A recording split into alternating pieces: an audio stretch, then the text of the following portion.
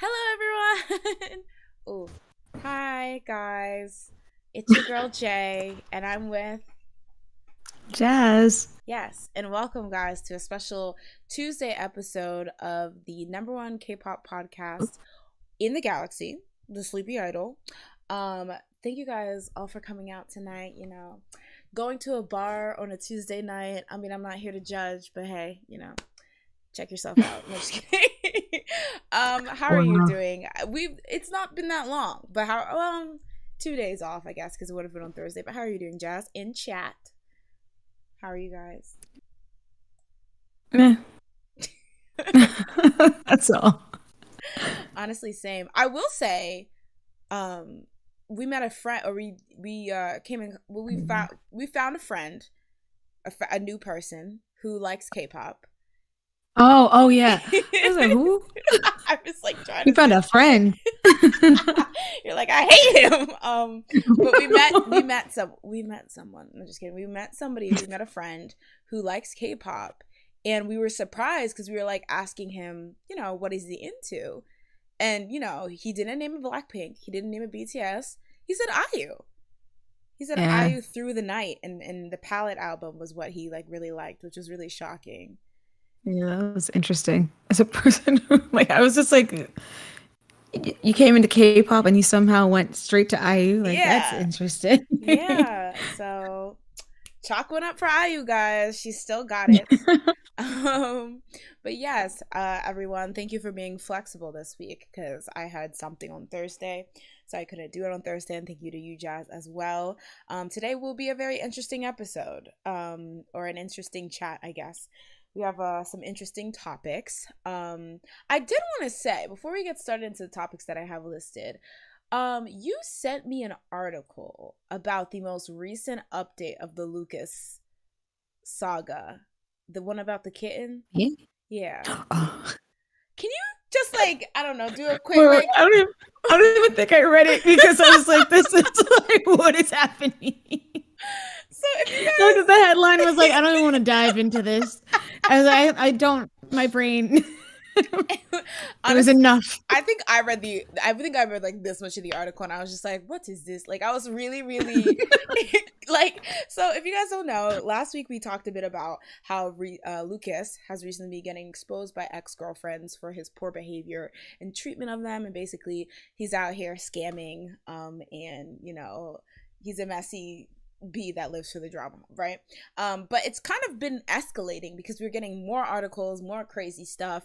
I think the first three victims, you can say that that's something that he's, I don't want to say admitted to, but he's apologized for. But like since then, there's been stuff coming out, and the most recent one is that I believe it was that he got a kitten to like either give to one of his girlfriends, Yeah. but then he ended up not like taking it from Yeah, her. because she rejected it, and then apparently now Win-Win is taking care of it, which is like, okay. Poor Win-Win. He's just out here. Listen, Win-Win, I'm sorry that he's putting you through this with these kittens he's dropping off It on was you. funny.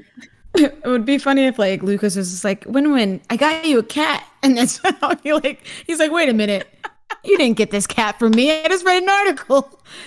This whole time I thought it was my birthday present. He has his own anonymous story he writes on Pan. He's like, I'm here today to expose one Lucas who promised me a cat, and then it was from another girlfriend. So, no, but I just thought that was wild because people are just like, and he's mean to cats. What up? Like he's out here abandoning cats.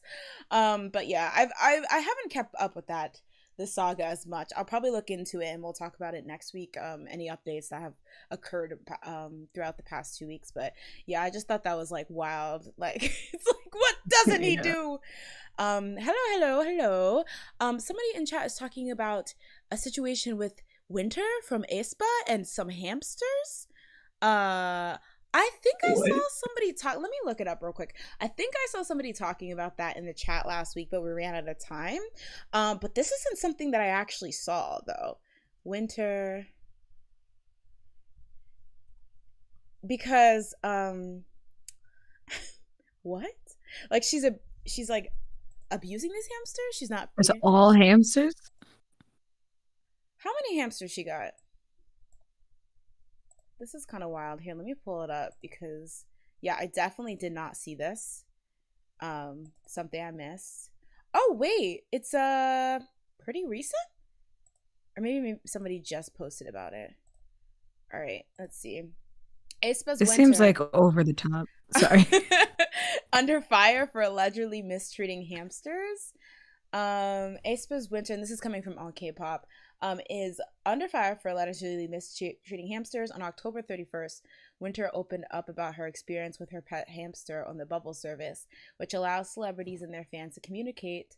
The aespa member started out by saying, "I had 25 hamsters when I was in school. I definitely started with just 2, but their relationship was really good." She continued, "When they were born, they were really cute, just babies. Then I decided to only raise one of them who was kind of sick, so I only raised one." Winter's story about her pet hamsters is now causing controversy online, as some netizens are accusing her of abusing the animals. According to netizens, each hamster should be separate in different cages, but Winter is said to have put the first 2 hamsters in the same cage, which caused them to reproduce. Netizens questioned, where did she put the other 24 hamsters? Honestly, that's kind of my question, because she's like, yeah, 25 hamsters. Oh, she gave them away? Okay, that's kind of I mean, she probably did. I just assume that. I wouldn't assume, like, what did she do with them? Did she eat them? Did she throw them away? what happened to them? Like, it seems like such a... Yeah, I feel like they're assuming the worst because, yeah, she's like, I decided to only raise one, which makes sense because who wants 25 hamsters? Yeah, so that would be my first thing, but now they're like, what? She thinks of animals lightly. She didn't look any information before getting them. You should know the basics before raising hamsters. This isn't the first time the aespa member was embroiled in controversy over alleged animal abuse. On the 25th, Winter posted a video of herself petting a cat on Bubble, and some fans alleged she was too rough about stroking the cat's head and face. When the cat avoided her, she mimicked the cat's cry, which caused the pet to run away. Okay, first of all, what did she say? She was in school. She's not that old, so I'm guessing middle school, high school, early high school. Okay, I agree. You should probably look up how to care for an animal. I know Jenna Marbles gotten a similar, I guess, controversy because she was caught like putting her fish in the wrong fish bowl, and she like made like a really like in-depth apology about how she didn't know. So I understand it's important to make sure animals, but it seems like she was very, very young, and it's not like the animals killed like had like a death Yeah. She was having a hamster ring. Exactly. It's like, all right, place your bets, guys. Which hamster's gonna make it out? I don't know. Like, this is a lot. And like the stroking the pet cat, as long as she like, I haven't seen the video, I'll be honest. So unless she's like, if she was like, cat, come here, kitty, then I'm like, okay, this girl needs some help. But if she was just like, and like the cat ran away, I feel like people are being extra. I mean, yeah. I don't know. I don't have an animal, so maybe I'm just being biased or whatever, but I feel like this, like, I'm all for anti-animal abuse, but I feel like some people just like, like those whole people are like, dog people are gonna hate me, who are just like, humans don't deserve dogs. Dogs are Jesus and humans are trash. Like those kind of people. Ooh. Those people. I feel like I've heard that about like cats.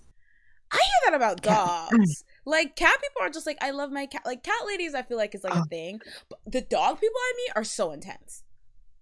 Oh, really? I usually am around cat people who are just like, cats are smarter than dogs. Like, why would you want a nasty dog? Cats are like, and it's like, I don't know. I just prefer them.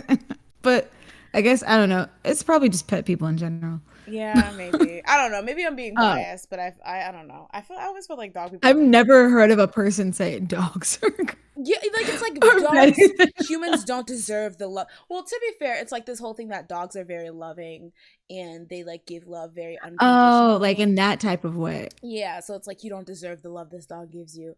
But like sometimes it's like enough. Oh, okay. I give it in terms of like when you're mean to your dog. Oh yeah, no. Like, yeah. But no. Not if it's just like you're taking care of a dog and it's just like, you don't deserve this. Yeah. How dare you? How dare you treat your dog like a god? true. It's like you sleep outside, the dog sleeps in the bed. No, I do agree though. It might be probably because of that. Because I know like dogs tend to be like, if they get abused, they're still very affectionate towards their owner. Like that's the whole thing. But no, I've met a lot of people who are just like, I don't deserve you. You are my world. Which I get it, because dogs are very cute, but like some are like a bit more serious than I find comfortable. I need to meet someone like this so I could just be like, what? So where are we going with this? I feel like you're the only dog person that I know has a dog and isn't like that. Like everyone else is just like, thank you for gracing me with your presence, dog. That's like your house, and then the dog comes up and they're like, oh my gosh, now that you're here, everything is better. You can leave, Jennifer. Maybe I'm just being dramatic though. Hey Josie, welcome to the stream. I'm glad you could catch a stream. Jenna set the standards for apology. Where's Winter's 40-minute apology video? We're waiting. Exactly, Winter. Listen, I know you have a hit song with Next Level, but you can be canceled at any moment. We need Winter in tears, mascara running down the face while wearing a dress suitable for the Grammy. No. Oh God. So now, instead of bullying people, the next controversy is idols mistreating animals.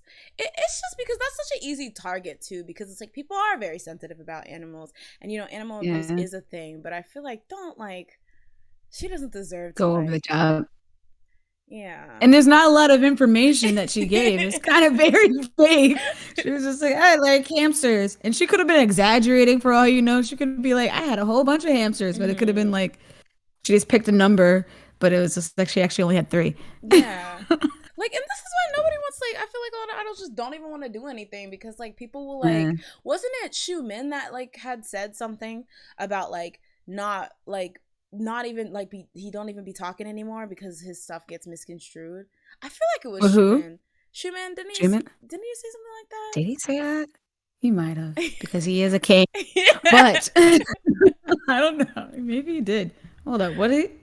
I feel like you told me, and maybe you got everyone in chat. You probably maybe this jogs your memory, but there was some idol, and maybe I'm just attributing to Xiumin or something, that like talked about how they don't really like talk or like make posts and stuff like that, or really be on social media because it's so easy. Yeah, I think it was like Xiumin talking about how he doesn't really use social media because things can be construed, or maybe it was Baekhyun. Maybe Baekhyun. Because I know Baekhyun. I know Xiumin's stuff like similar, but like not like. I don't think he's ever really said anything about why he's not on social media. Oh, maybe I was just thinking about it because I know he's not very active. I definitely have heard him say like stuff like about how people can be over the top, but I don't. Yeah, maybe I'm trying to think. Maybe I mean, he could have done it because that is something he would do because he is that great of a person. He is the podcast boyfriend, only to soon be dethroned by Kyungsoo. Don't worry, we're waiting on it. But yeah, I definitely dang Jay, what kind of dog owners do you hang with? The thing is, a lot of them aren't even the ones that own dogs. They're just the ones that really, really like dogs. Oh, that's why. You don't think dog owners are like that though? No, because on social media you see the dog owners being like, hello, here's the second coming of Jesus, also known as my, pet chihuahua. Like, that is common behavior. You guys are not going to sit here and tell me that's not common behavior. Where are you? What social media are you on that you see all these Twitter? Like that? Twitter? I don't go on there like that. Maybe it's just me. I'm not looking at dog people on Twitter. Switch the hashtag. That seems like where those people would live. No, I'm not kidding, Pam. People really be out here like, oh my god, my dog. That's why you only look at the dog people on like TikTok, because they post funny videos of their dog. Oh my, I'm sure there's like an obsessed side. Like maybe it's the cute funny videos that race to the surface, but I'm sure there's like an obsessed side. Oh my god. Oh, there probably is, but I ignore that. Speaking of TikTok, this has nothing to do with TikTok. Y'all, this has nothing to do with K-pop.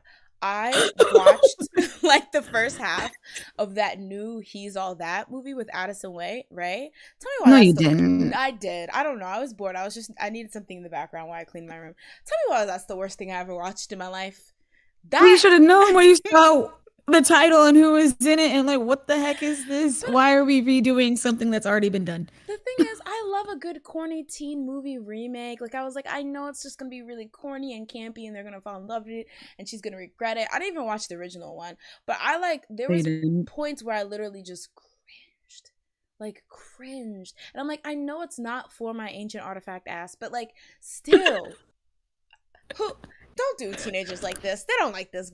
Maybe it's towards middle schoolers though. I don't even know who that would be That marketed just towards. reminded me. I saw like I was on TikTok earlier today and like I saw a preview for the Cinderella movie Mm-hmm. or show or something with Camila Cabello and I was like this is terrible. What the what is this? Like it was like a little clip from like a scene and I was like, "Oh my gosh, I'm not a person that can usually tell that people can't act that well." But that I don't know what that was. She's not a good I was actress.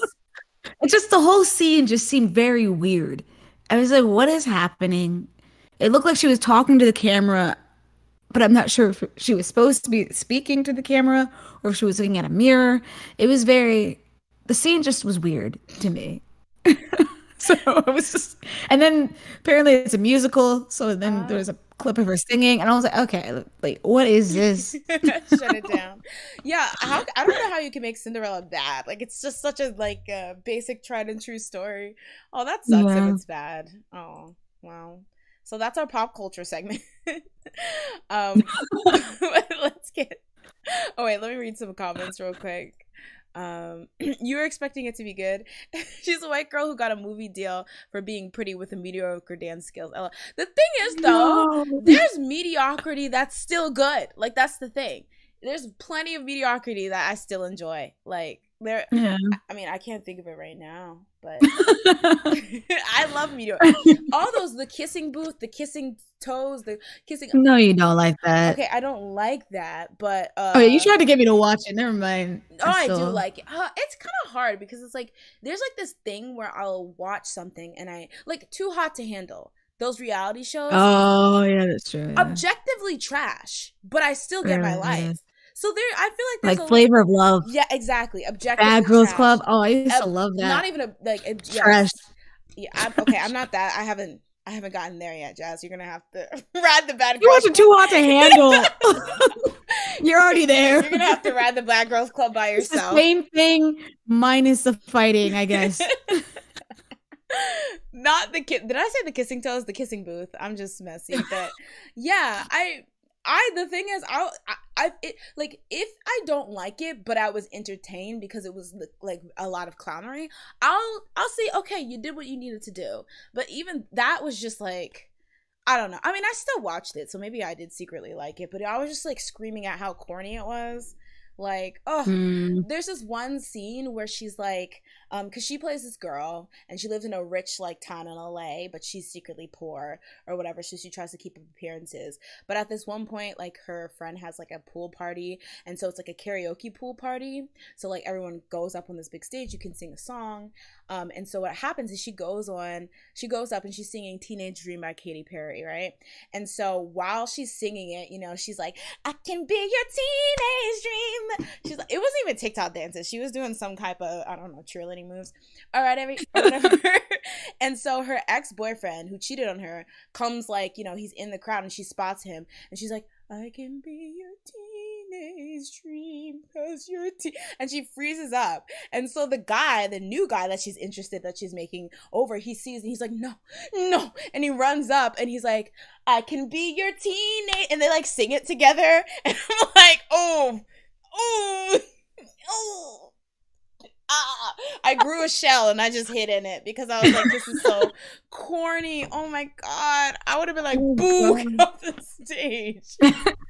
Like, that's not even, is this even karaoke anymore? You change up the tempo like 3 different times. Now it's a duet. I don't really, where are we going? Oh. And everyone was like, wow, you guys are so good. Too many on the hits on TikTok. And I was like, nobody's watching this. But I'm bitter and old, so there's that. Oh, you found your people, Jazz. They like Bad Girls Club and not in the Because it was chat. addictive. Ooh, America's Next Top Messy and Model was good. addictive. Oh, I like that too. Drama. That was a lot of drama too. But yeah, I feel like there's sometimes merit in bad things. But this was just like I really couldn't find any redeeming qualities. But yes, let's get to our first topic of the day. Yeah. Um, Yes, s- back to K-pop. yeah, I was gonna say What that we was do. that was a little pop culture segment. So last week we actually talked about this a bit. The fact that Starship gave a little bit of information on their new upcoming girl group that's supposed to feature Wan Young and Yujin, who are both in Eyes One, and they're very, very, very popular members in Eyes One.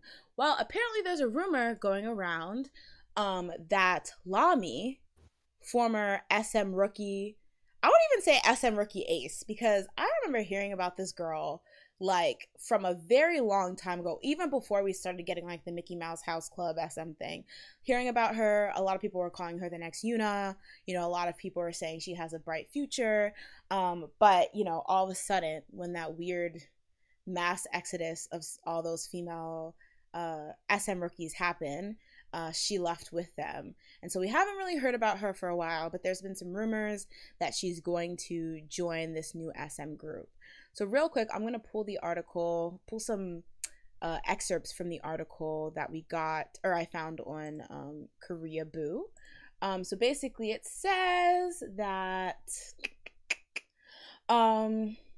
so this how people connected the dots was that there was a former member of a girl group named Lip Bubble, and she was also in Show Me the Money. Her name was Yu Daeun, and she was also a rumored trainee that people were saying that she was going to be in this Starship group, because on the official Starship TikTok, the account posted her doing a cover of a song called Zero Attitude, a song and dance that apparently featured Wang Young and Yujin. So they also came across the fact that Lamy, her Instagram profile was like the Daeun girl. She was following this Instagram, and she also, you know, kind of did like a clean sweep of her Instagram, and now only like 3 pictures are left. So basically a lot of people are saying that this is like her kind of pre-clearing it before she's announced as a new member, or, you know, joins the group or what have you. So my question to you guys is, do you think this was a good decision? Do you think she, because me and Jazz were kind of talking about this, but before the stream started, about how like a lot of people are going to say, okay, is this better, or is her maybe have been being an aespa better? But we're not 100% sure if that's what would have happened if she would have stayed. Mm. But I guess just to be messy, what do you think, Jess? If she would have been better off in aespa? Yeah, or staying with SM, period. I mean, if she was going to be an aespa, I guess she could have stayed. Mm-hmm. But at the same time, aespa is such a weird concept that it's like she probably left because it was just such a, I don't know. She was probably like, I don't know where this is heading. I just wanted to be in a regular group, and this ain't it. So, like, let me leave. So, No, I guess, yeah. No, Continue. I was gonna just say, yeah, I agree. But the thing is, it's funny because, like, how come none of the boy trainees who knew that they were most likely gonna end up in NCT felt that way? You know, because that also is very strangely experimental. Yeah. No shade to NCT. But the music, I don't know. It's like still not that different. It's the only thing that's weird is like I guess the fact that there's multiple groups. Mm-hmm. aespa's got like just a weird, like the whole AE thing is just so weird. Yeah. And it's different. While NCT, it's like at least you're still gonna make music that is like, well, it's not even the music. It's like you're still gonna be in a group. You'll have a group, and you will be like you'll promote in that group regularly, and then you might have like NCTU that you go into occasionally. But it's like you still are either in NCT 127 or you're in Wavy or Dream. Mm. So But you Yeah. don't think, so you say you'd rather be in a group where it's kind of like you're joining like people, like members of an already existing group. They do have a good track record. It's a fairly popular group, but you kind of don't really like. I guess I'm like trying to say the detractors, but you don't really know, where you might fall in that popularity scale. Versus you get Mm-hmm. to be in this like very clear. It's these four members, but then you have the weird.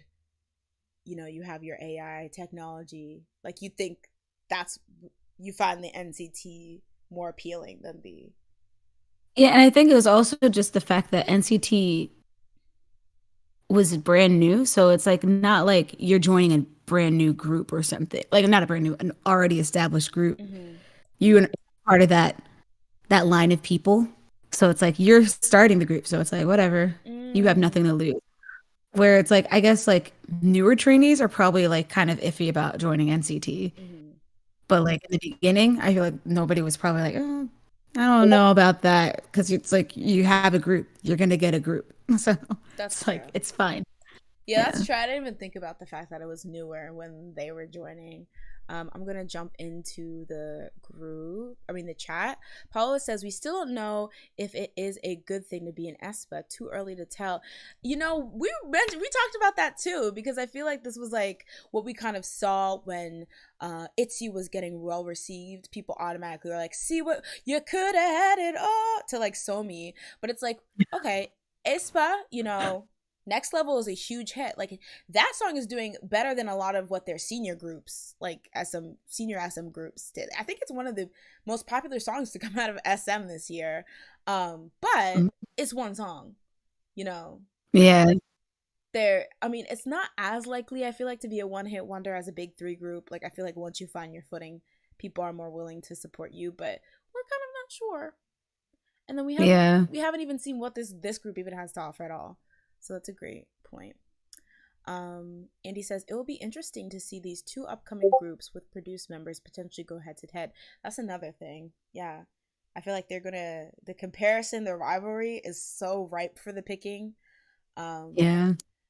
I know that it said that in one of the previous reports that this Starship group is slated to debut at the end of the year, but I'm actually not sure if we've gotten any like a proper timetable for when the Hybe group is gonna debut.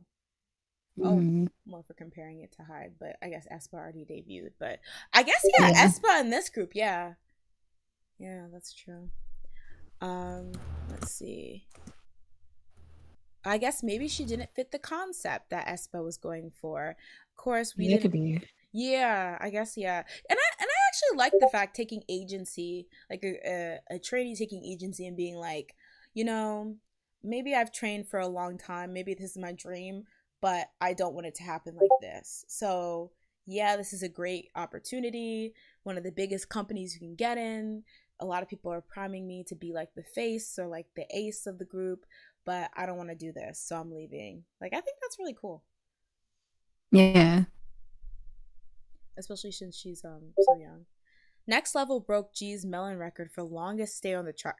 It did? Oh, what? Whoa. But Melon's like newer, right? Oh. Like I think it was newer when G was, right? Maybe I'm wrong. Cuz that sounds insane. Like that's crazy. But like I have to learn any of the members' names or see any individual members blow up. That's true. Yeah. I mean, I think a hit song a top group does not make. What? I don't know. Basically, basically, you can have a really Like hit Yoda. song. Yeah. Like you know how when people say it backwards? Yeah, I think having a really big song does not necessarily translate into being like a iconic group just yet. But they're really, really new. Like they just debuted. I keep forgetting, but they just debuted this year. So, Yeah. both groups will need like time to and again, like just because even if aespa does end up being the more popular group, doesn't necessarily mean that Lamy made the wrong decision or something. Like there's many reasons you like if the group makes if to her this Starship Group makes better music, then maybe she'd made the right decision, or it makes music that she wants to sing. Yeah. So, but yeah. But yeah, I was just really interested in that because I haven't heard, after hearing about this girl for so many years and then her just like piecing out, it was interesting to see her resurface and to resurface under such a highly anticipated group nonetheless. So, Yeah. good luck to Lami. Good luck to everyone, right? Like, I hope they all do well. Like, that's like, Yeah. But yeah, so moving on. Jasmine, do you ever, just be chilling or be watching some old K-pop clip comes up and then you look at like, the YouTube like time thing and it says like, this was uploaded 10 years ago. And you're like, oh. I mean, yes, I do, but it's triggering. Okay, trigger warning, you'll feel old with this next article. So there's an article that I was reading, and actually more than an article, a lot of you probably already know that a lot of you probably already know that there's like a big Girls' Generation reunion that's coming up. All the OT8 members are going to feature on the variety show You Quiz on the Block. And apparently this will be their first time featuring the show in 4 years. And it will be their first time getting together like this in like a full year.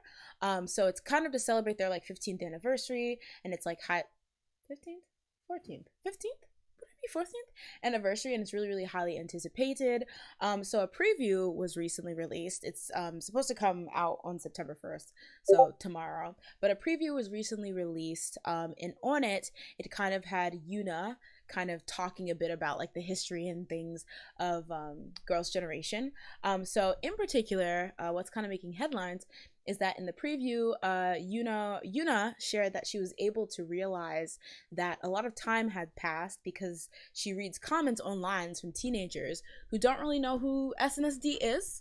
And she particularly shared a comment saying, "Girls' Generation skinny jeans, those are the pants my mom used to wear," and making the members laugh.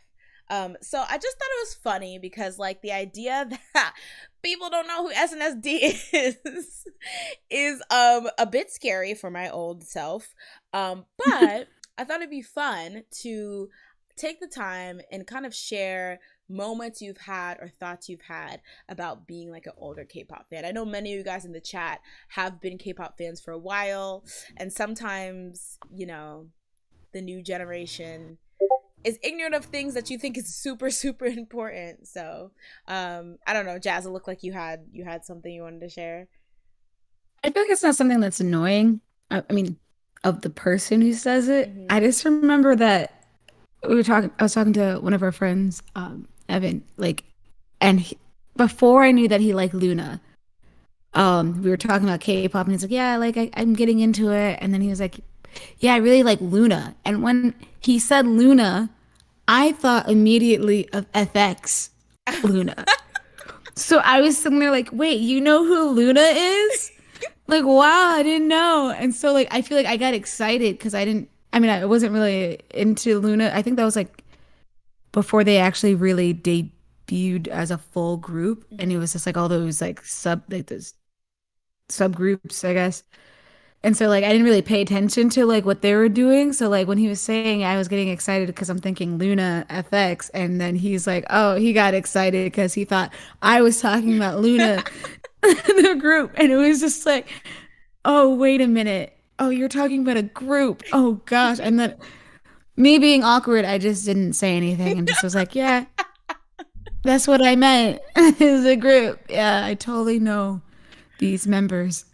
Oh my god, I feel like that happens a lot, like even without the name change, but like when people will be like going on and on about like this really new group, and I'm like, who that is? Like it's like really like okay, but that's hilarious.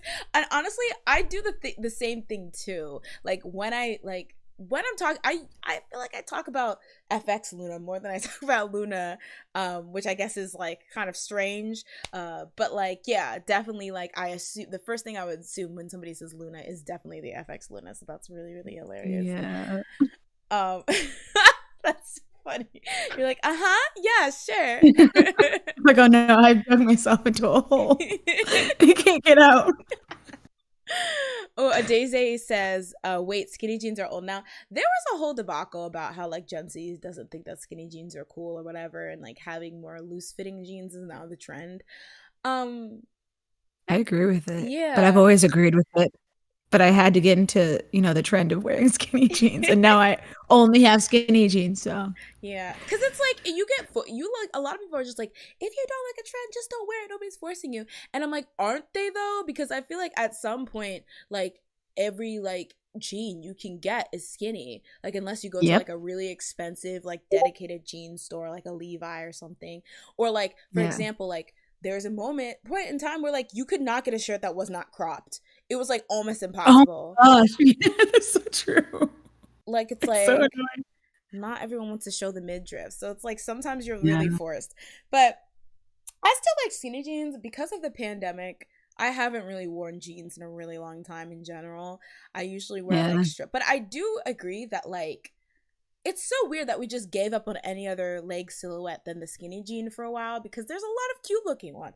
Bell bottoms are I love bell great. bottoms. Yeah, that's what I used to wear before skinny jeans came, because my mom would just always buy me bell bottoms, Hmm. and now it's like I can't like I want to go back, but I feel like awkward because I only have skinny jeans, and I don't know where to buy them still. I feel like they're still are they back in style? I feel like it's still not back. Yeah, well, yeah, I think like just loose fitting like mom jeans or boyfriend jeans, whatever, those are popular. But Yeah. I've seen quite a lot of few like bell bottoms and just like especially with like the leggings, like not Yeah, I've seen yeah, those. yeah. I So bought one of those. me too, very comfortable. But yeah, now that I think about it, I've been a K-pop fan for 6 years. That's almost a full K-pop contract. Uh-oh, are you gonna resign, Leanne? Paola says, my cousin who got into Blackpink in 2009, months before their tour, calls me an OG K-poppy because I got into K-pop in 2015. And that makes me feel old because the true OGs are the 2009 K-pop fans. It is alarming to be like, I mean, obviously, I feel like, I'm not like, oh, I'm the real OG because blah, blah, blah, because there's probably people who got into K-pop even before me. But it is Yeah. shocking to that, like, people are like, oh my God, you've been in K-pop forever. And it's like 2014. I'm like, wait, what? Like, that's forever? Like, but that's really, really funny. That's funny. Oh, God. I'm going to age myself, but I got into K-pop in 2011, 2012. That's around the time you got in, right? Or was it before, Jazz? 2011 sounds right. Okay. Yeah. That's a really good year, I think. That was a really good year to get into K-pop. Um let's see. Also, hey Jadello. Yeah, I don't know. For me, I think what always gets me is like even if people even care about these groups anymore, but like when people don't know certain groups did not exist a certain way like initially, like people who didn't know that there was a point in time where Yeri wasn't in Red Velvet, or Mm, the fact that the Wonder Girls lineup changed a lot, or the fact that Jessica used to be in SNSD. I don't think anyone like doesn't know that, but or the fact that yeah. the fact that I don't know, J Park. Jay Park, just things like that, like stuff about like people who used to train, who like Hyorin used to be like a JYP trainee and things like that. Just stuff like that I feel like is always the most shocking because it's just such a important thing to me, like just something that I know just inherently from the fact Yeah. that or people that have dated and they like I feel like people don't know that Taeyeon and Baekhyun. I'm so obsessed with that couple. I need help. Wait, who? Taeyeon, Baekhyun, Nick Kun and Tiffany. I thought you said Taekhyun and Baekhyun, and I was like, Oh who and when? no, And okay. why didn't more people say this? It's just something that's said on the right. No, but that's something that really, the fact that people don't know what couple selections are, that has me I shook. still don't. You had to explain that to me, I Okay, think. wow. But I think maybe that's because you just didn't watch variety shows a lot, because there are Yeah, I didn't definitely really know. They're definitely a thing in like 2011, 2012. But I've definitely seen people who don't know what couple selections are, and that like makes me scream because it's just like, or the fact that there used to be only like 3 major music shows, I think 3 or 4 maybe. Inkigayo, Mnet Countdown, Music Core. I don't know what the other one was, but those were the 3 I watched. There was one, no, Mnet Countdown was on Thursday, Music Core was on Saturday, Inkigayo was on Are Sunday. you watching? That's because it was all we had. There was one It's on funny because Friday. I don't think I started paying attention to music shows until like maybe like 20. Actually, no, I did pay attention for EXO, but outside of EXO, I don't think I ever watched anything for music shows. So When they I would don't, go on the different music shows, you'd be like, okay, this is their Inkigayo performance, this is their music core performance, this is I don't even think I music paid bank. attention to what it was called. I just like I like this performance. New outfits. Like I could see the clip, like the thumbnail, and I would be like, I remember this. This is the one I liked, but I would not know what show they were on at all. I mean, I definitely think I was like that too, because it was just like, there are some dedicated YouTube channels that would upload like performances, but like, you know, they would just kind of upload them all. It wasn't really by like whatever. So I definitely think like that was, but then I kind of started to be like, oh, okay, there's this thing called Inkigayo and this thing called Music Bank and stuff. That reminds me of like when I found out what Mama was. I didn't know that that was a show, like an award show. Okay. I remember I saw like people talking about it on like One Hallyu, and I was like, are they talking about like EXO's Mama? Like, why are they talking so hardcore about? I was like, what is this? And then I was like, oh, this is an actual award show. Why would they name it after EXO's Mama? Why would they name it after the award-winning EXO debut single? Oh my god, embarrassing. Gotta keep SM sue them. Like what? 2015, 2016 for me, mainly when all the second gen girl groups were disbanding, like Kara and 2NE1. Yeah, that was very sad, especially because I feel like a lot of people got in that second gen, so that was like the first time I feel like a lot of like international fans were like experiencing like a group breakup or groups getting older. Like, so that was like really traumatic. Oreo Gate, yes. I'm a history person. So when I get into anything, I have to know the whole backstory. So it's weird to me when people don't even bother with that. I don't know. Like, what do you think about that, Jasmine? In terms of people that are like, I don't care who EXO is, or I don't care who SNSD is, or I don't care about the history. Because I don't know. Like, do you think it's disrespectful when people don't take the time to really... I think it's disrespectful if you like say they're like literal trash and blah blah blah.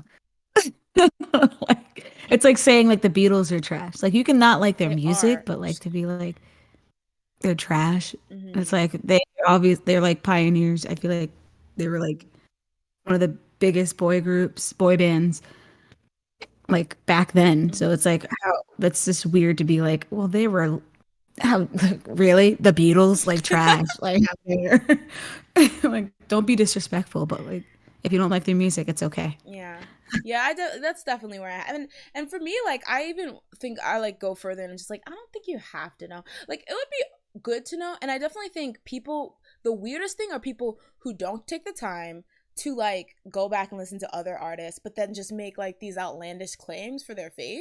Like it's like, this is the best album, this is the highest selling, blah blah. It's like, but you don't even know any other group, so how are you gonna say that? Yeah. But I think I'd be somewhat of a hypocrite if I was like, you need to, and not necessarily saying that's what you said, about like, you know, seeing people in the past or whatever, but I have seen that kind of sentiment that people are like, you need to go through every single SNSD album or whatever and stuff. And I know I didn't do that when I joined with the first gen. Most of the first gen songs I know is because the second gen groups they redid them. Yeah, they redid them, talked about them, maybe it came up on like variety show or something like that. So I feel like personally I'd be a little hypocritical if I was too like, you need to study the encyclopedia of the history of K-pop or whatever. But yeah, I feel like some people are just weirdly disrespectful for no reason, and a lot of people do like these weird comparisons that I just think are just in bad faith, because you can't compare what the landscape, you know, for example, SNSD and Twice or BTS and like Big Bang or something. Like you can't really compare what the landscape was during like an SNSD time versus a Twice's time or whatever, or Blackpink's Yeah. time versus a 2NE1's time. So, will we get a time where people don't know EXO originally had 12 members? I think we have a time where people don't even know EXO. So, That's cute. Anyway, so I do think we'll get to a time when they'll think like, wow, it's only like 9 of them or something. But like, we all know EXO, so disrespectful if you don't, you know. That's the only group you should know. If you're gonna go back and look at a group, it's gonna be EXO. Not this propaganda. I'm just saying. I'm so obsessed with the timeline of members in K-pop. Yes, when I see that section in the Wikipedia page, I'm like, yes, Oh yeah. That's what I live for. That was all. You're like, I gotta get it in. Just stick it in. Susan's gonna kill us. I recently ripped off my headphones. That's why I love watching things like 17 TTTs, where they wear no makeup, drinking, singing, and just being themselves. No pressure. TTs? What is that? Which comment was that? Butterball. Oh, TT. 2NE1 breakup messed me up for a while. Yeah, that was so sad too, because it just was like, for the longest time, people are wondering if, then when, and then the whole thing with Minzy and stuff. It was very messy. I think their TTT is like the big bang. What's it called? What's that group? BTS. Oh my gosh. It's kind of like BTS's stuff, like those behind the scenes stuff. The Bangtan. Ah, okay. Oh, I didn't know they had like a V Live type thing. Oh, like the okay. Never no. Mind. So it's just on YouTube. Dang, I'm a fake stan. I've never seen that. I've actually watched these. They're much longer. I love like the like going 17 K-pop idols that have like vlogs and stuff. I studied the Beatles in school, and one thing about them that I always hated was their unison singing. I hated how they sounded together. Wow. Did they sing together? Like in unison? I know 3 Beatles songs. You're asking the wrong chica. All I know, come together. I know. And then, did they? I guess in Blackbird, maybe they sang together. Blackbird singing. Oh, I remember that song. Some groups do TTTs. I have no clue what they stand for, to be honest. But they usually go away on the weekend and just chill. Ah, okay. Huh. That's new to me. Like a bunch of rookies from newer groups on stage, or when 2 groups go head to head, or 2 groups just do cute collabs. Oh yeah, I miss those like collabs, like not even just for like the award shows or like the end of the year like award ceremony or music shows, but like when like they used to just do like random collabs and stuff like that. Oh yeah. Yeah. Oh, I used to love that so much at the end of the end of the year. Mm-hmm. I still love watching EXO do them. Yeah, I don't know why they don't do them as much. Like I feel like they're just like, it's generally not a concept. I'm still mad people don't really know what couple selections are. Those used to be like literally, if it was an hour-long variety show, the couple selection would be 45 minutes. I swear to God. Sounds like a freaking what's it called? Assigned marriage. Couple selections. It's like, now you must marry. It does really the show fit well in the vein of like, you know, when We Got Married was like popping and stuff like that. Oh, I like that show. Yeah, like the idea of coupling up and being like, do a dance and then choose your fave. That was so many. It would be like, all right, guys, welcome to the history of Korea variety show. We're gonna learn about this period of time, but first, couple selections between the like guests. Like they loved a good couple selection. It would be so like that would just be in random shows. Why did I think this was like a specific show? So there was any show. There would be like there's some shows where like that was literally like a lot of the times the point. Like there was this one series called like Everyone Idol or something, where like, you know, a group would get to like, they would be like the main focus of that season, and then a lot of episodes were just other groups coming on and doing like literally that first half would just be about them coupling up, like doing like, you know, showing their charm or whatever, and then coupling up, and then the second half would be with those couples, they'd do something. So one of my favorite seasons was with 2PM, and like they had an episode with SNSD, they had an episode with After School, that episode of Car, they even had an episode with Shiny, where, you know, they did a couple selections with Shiny, and it was like, you know, adorable or whatever. But there was like, you know, there was other shows where like they would do couple selections even if that wasn't the point of the show, you know, and it used to be so like funny and fun and messy for no reason. But yeah. Andy, you were a Kuntoria stan. Though listen, Kuntoria stans were extreme. They were very extreme. What teen dystopia novels is Jay reading? Couple selections? No, like it was like cute though. It sounds very extreme, doesn't it? But it was cute, I swear. I guess they don't do collabs because fans go nuts with comparisons or jealousy. Like that B1A4 and Dalshabet collab stage was fine, but the fan. Oh yeah, I remember. Do you remember that? What? I didn't look into it as much because I wasn't as a big fan of B1A4, but I remember there was like some mess after they collabed. I mean, that happened a lot. B1A4. That happened a But then lot. again, I don't think I've really just. Yeah, like I think I remember that. I remember IU got hate because Yosub from, well, now Highlight, yeah, but from Beast, she was performing this song called Marshmallow, and he like was on a stage with her once, like he was just like featuring as like a featured dancer, and people got mad and they were like calling her like all this kind of mess, and I was like, how dare you? But she got the last laugh, so I hope those fans are proud of themselves. Oh gosh, yeah. My dark past. Yeah, We Got Married was so like fun, but also could be so toxic because some fans could not like it was weird because they were like, there'd be like a couple, and especially if it was like an idol couple, people didn't want them to be together for real, so they would get mad and be really sensitive about everything that happened. But then I remember one time Jun from M Black, he was on it, and then it was kind of exposed that his partner might have been dating somebody else, and I was like, you stupid fake bitch, like and I was like, wait, don't you not want them to be dating for real? Like, I'm so confused. So it was interesting. Yeah, but overall I'm really, really excited to watch this SNSD special. I feel like it's nice seeing them get together again. I feel like they'll have a lot of fun tea to spill and talk about, so I will definitely be tuning in. I did not realize that Yoo Jae-suk was a host on the show because I've never watched it, so I'm interested to see him too. He's one of my favorite MCs. But moving on, so this wait, random. Do you remember the show Sesame Player? Is that the one where GOT7 was on, and they GOT7 makeup artists did the JB and I don't even know if there was still a show then. Wait, what was it called? I mean, what was it about? I don't know. It's like they lived in a house, and then it was just like it followed the members. Like Infinite was on it, M Black was on it. I remember watching them. Infinite? Are you sure? Wait, that baby show? No. It's called Sesame Player. I've never heard of this. What do they do? Sing? Really? No, I feel like they played games. I'm trying to remember like what happened in this show. It's weird because it doesn't even have like a Wikipedia page.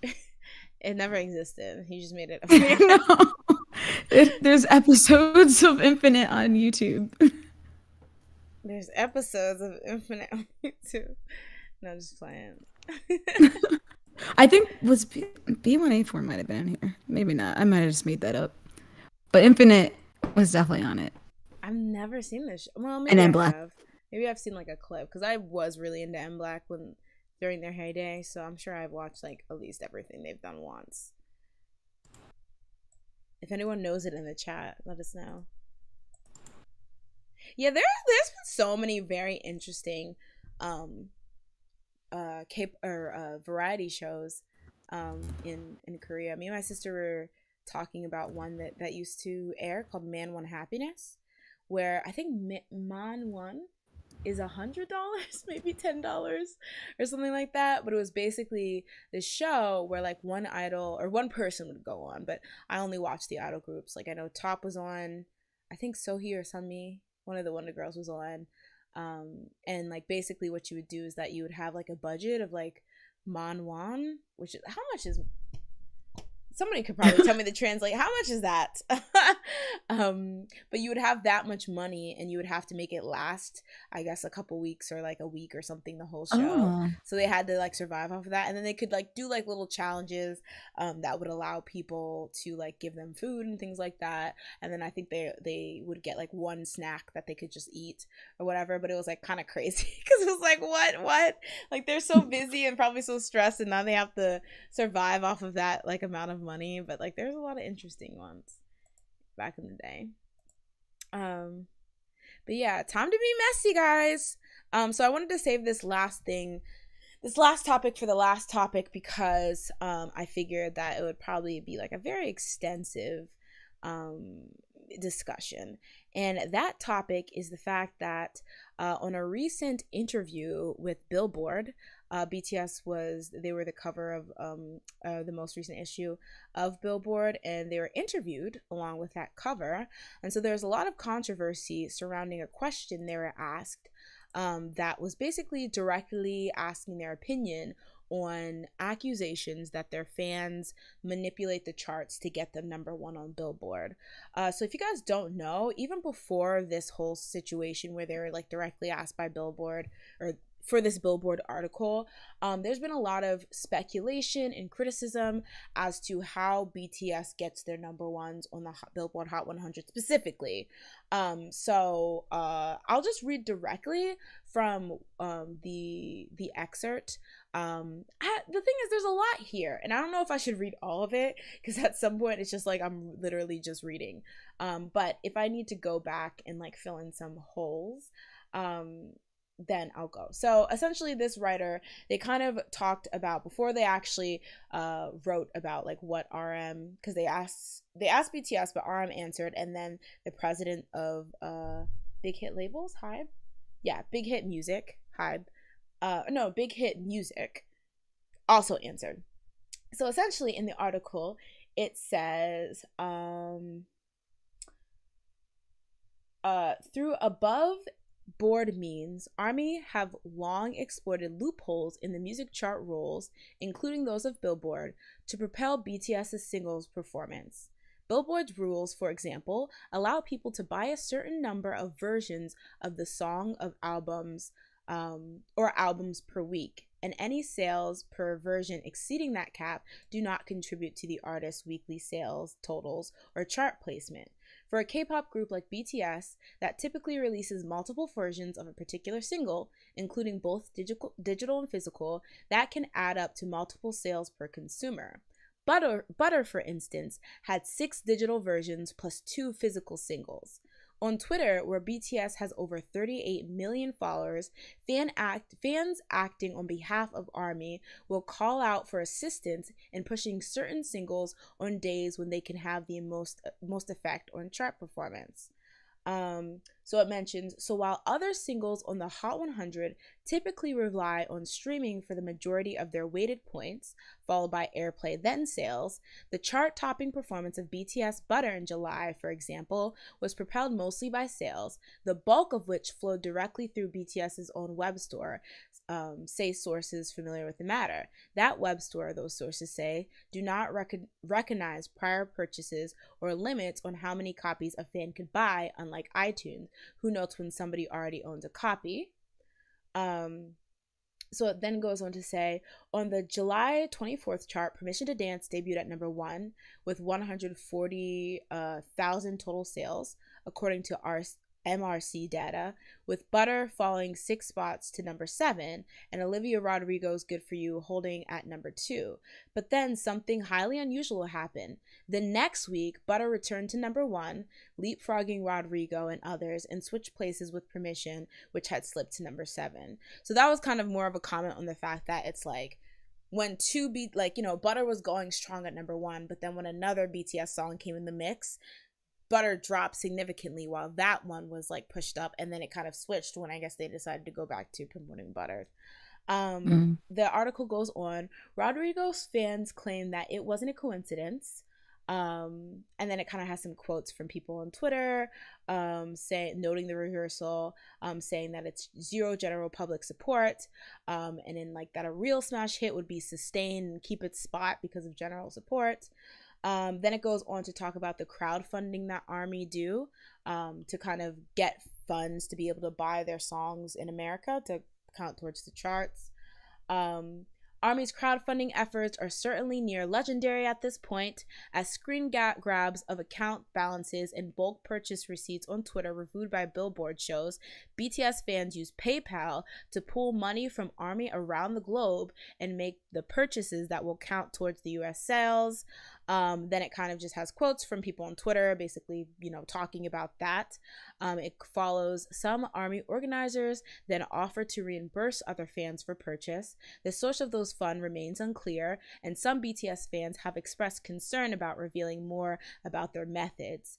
And then it has a quote from somebody saying that they're feeling like they need to be more discreet on their timeline about what they do in terms of getting BTS sales, and how they do it. And so, yeah, it's basically just criticizing, being like, does that seem correct? Or does that seem like something that should be happening? And so then finally the article goes on to talk about how these efforts from the fans have basically led to like the group's singles being boosted. And so even though BTS might have weaker streamer numbers or radio play than other pop groups or pop artists, they tend to get better results on the charts. And so Rat Monster responded to basically this whole thing, and he says it's a fair question. RM says of allegations that ARMY's work amounts to chart manipulation, but he says if there's a conversation inside Billboard about what being number one should represent, then it's up to them to change the rules and make streaming weigh more on the ranking system. Slamming us or our fans for getting number one with physical sales and downloads, I don't know if that's right. It just feels like we're easy targets because we're a boy band, a K-pop act, and we have high fan loyalty. So they also asked Shin Young Jae, who's the president of Hype Labels, president of Big Hit Music, which is a subsidiary of Hype Labels, and they answered, wouldn't it be nice if we actually had the ability to mastermind such a thing? I get that there are market developments related to BTS that are head scratchers for some, but I don't believe the US market is one that can be handedly topped by downloads alone. We think the song's impact was shown in many ways, and we are proud of the achievement. I know, I've just read a whole entire book, but I want to make sure everyone has the facts. So basically, what this person's saying is they're talking about the fact that, some people are a bit skeptical on some of the ways that ARMYs have used to support BTS. They asked RM directly. He had the response that, he doesn't think it's right to say that it's manipulation. If it's what Billboard allows, if they change it, then it's up to them. So I just had a couple questions. So what are the reasons why this went so viral? Aside from whether you think that this is chart manipulation or you think that this is right or not, a lot of people felt that it was disrespectful for Billboard to even ask them that. So Jazz, do you think they were disrespected RM and BTS? And same thing to you, chat. No. I feel like their fans wanted them to get hard questions before, but now when they're actually getting hard questions, they're like, how dare you ask them such a question? Mm-hmm. And it's like, okay, they're just asking a question. Like, what do you think about this? Because it is a hot topic. I feel like that a lot of people bring up. So why don't you have the chance to say your side, and then your fans can rally behind you just like they usually do. Mm-hmm. It's like, it's not like a terrible question. Like they phrased it in the way you are cheating, right? How do you feel about that? Like, I can understand if they said it like that, but if they're just asking what do you think about this whole entire situation, then it's like, there's nothing really wrong with that. Mm-hmm. I don't. That's funny because I do remember a time back in the day when a lot of people were annoyed with what American outlets and like interviews would ask BTS, because it would be very like, what's your favorite English word, or how did you learn English? So I feel like it's even if you don't like this, it is a testament to the fact that people actually I would say that they respect them a bit more, that they're willing to ask Yeah. these hard hitting questions. Now I know a lot of people will criticize, it's like, hey, you could say this for Taylor Swift, you know, X, Y, and Z, but I think it's fair to say that like, while other people have most likely used these methods and things like that, I feel like because Army have like perfected them so well, it's gonna get a lot of attention.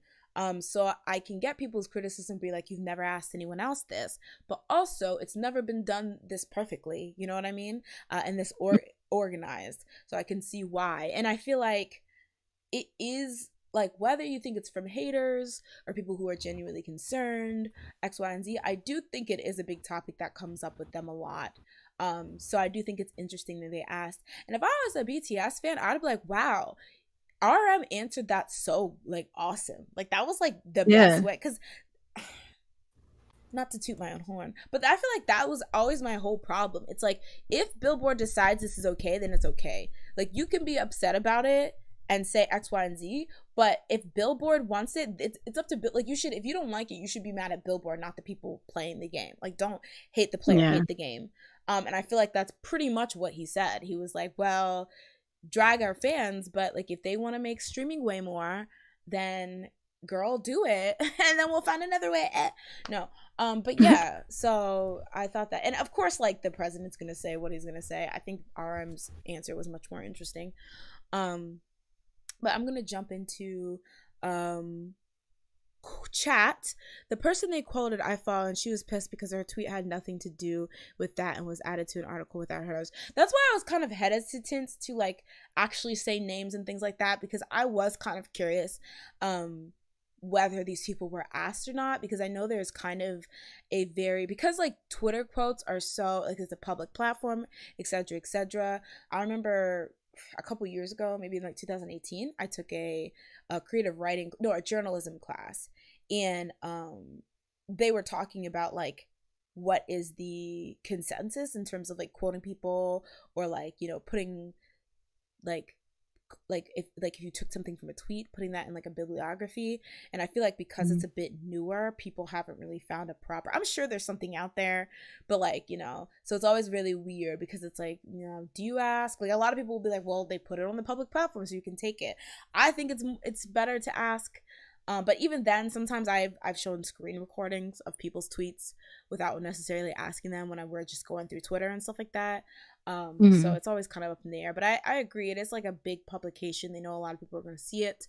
But I would assume that they probably thought that a lot of these quotes don't, if you're an army, don't really make BTS look good if you don't think this is a problem, because it's trying to point towards, oh, look at the shady stuff they're doing to try to get BTS number ones. So I feel like there's probably not many army that would have given this to them. Not saying that that's okay to just take it because you thought, but yeah, mess. Raul said, did Billboard lie? What's the problem? We're army bragging about doing this chart manipulation when better what, number one? I mean, what is it? It's Raul's comment. I'm kind of behind. I mean, I agree. I think like it's one of those things that like, if you don't think it's wrong, then step into it. And if somebody calls you out, then be like, this is why it shouldn't matter. Because like I said, there's going to be people who clown you. But like at the end of the day, if Billboard allows it, it's technically not cheap. Like, I don't know. That's what I think. Like, I don't know. I definitely get that. It's like, is it really publicly relevant if you're like, you know, crowdfunding on GoFundMe or whatever for funds to buy it? I don't know. What do you think? I think like the whole being able to buy multiple albums and it count as separate things is kind of like shady. I think that's the main thing that I find kind of fishy, but I don't know, like maybe other people do the same thing. I don't really know. But since they pointed out for BTS, I'm like, that sounds kind of, they should probably make it so that you have to implement, if you're going to use your own selling shop or something to sell your albums, you should implement a way to make sure it only counts as one if your person's buying like 24 Yeah. under one account. Like you shouldn't be able to do that. Yeah. It just sounds so shady. Yeah, I agree. I mean, I feel like you can do whatever you want, but if you're gonna report them to like, a billboard or like a Hanteo or like a Guion or whatever, you need to be like clear that like, oh, this is somebody who bought like multiple copies, but it was from one Yeah. person or whatever. But like it's funny because like I feel like not necessarily the BTS store, but even like iTunes, I think they count like 4 copies or something. You can buy up to 4 and that be individual counted, but I feel like they're not going to change that because then that would incentivize people to buy less. So it's kind of like an interworking thing, like type of thing. Yeah. Like Justin Bieber was begging fans to stream his songs, so what's really the difference? Oh wait, maybe. Sorry guys, I'm really really like behind. Okay. Andre says, are they just now getting suspicious? Army been doing this for a while. If Warport had a problem with it, they would have changed it.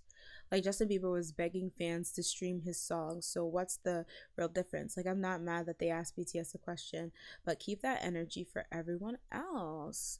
Yeah, that was one of the big criticisms. But everyone dragged the mess out of Justin Bieber. Yeah. I don't think Billboard needed to do an interview on that. They're probably like, you did this to yourself, my dude.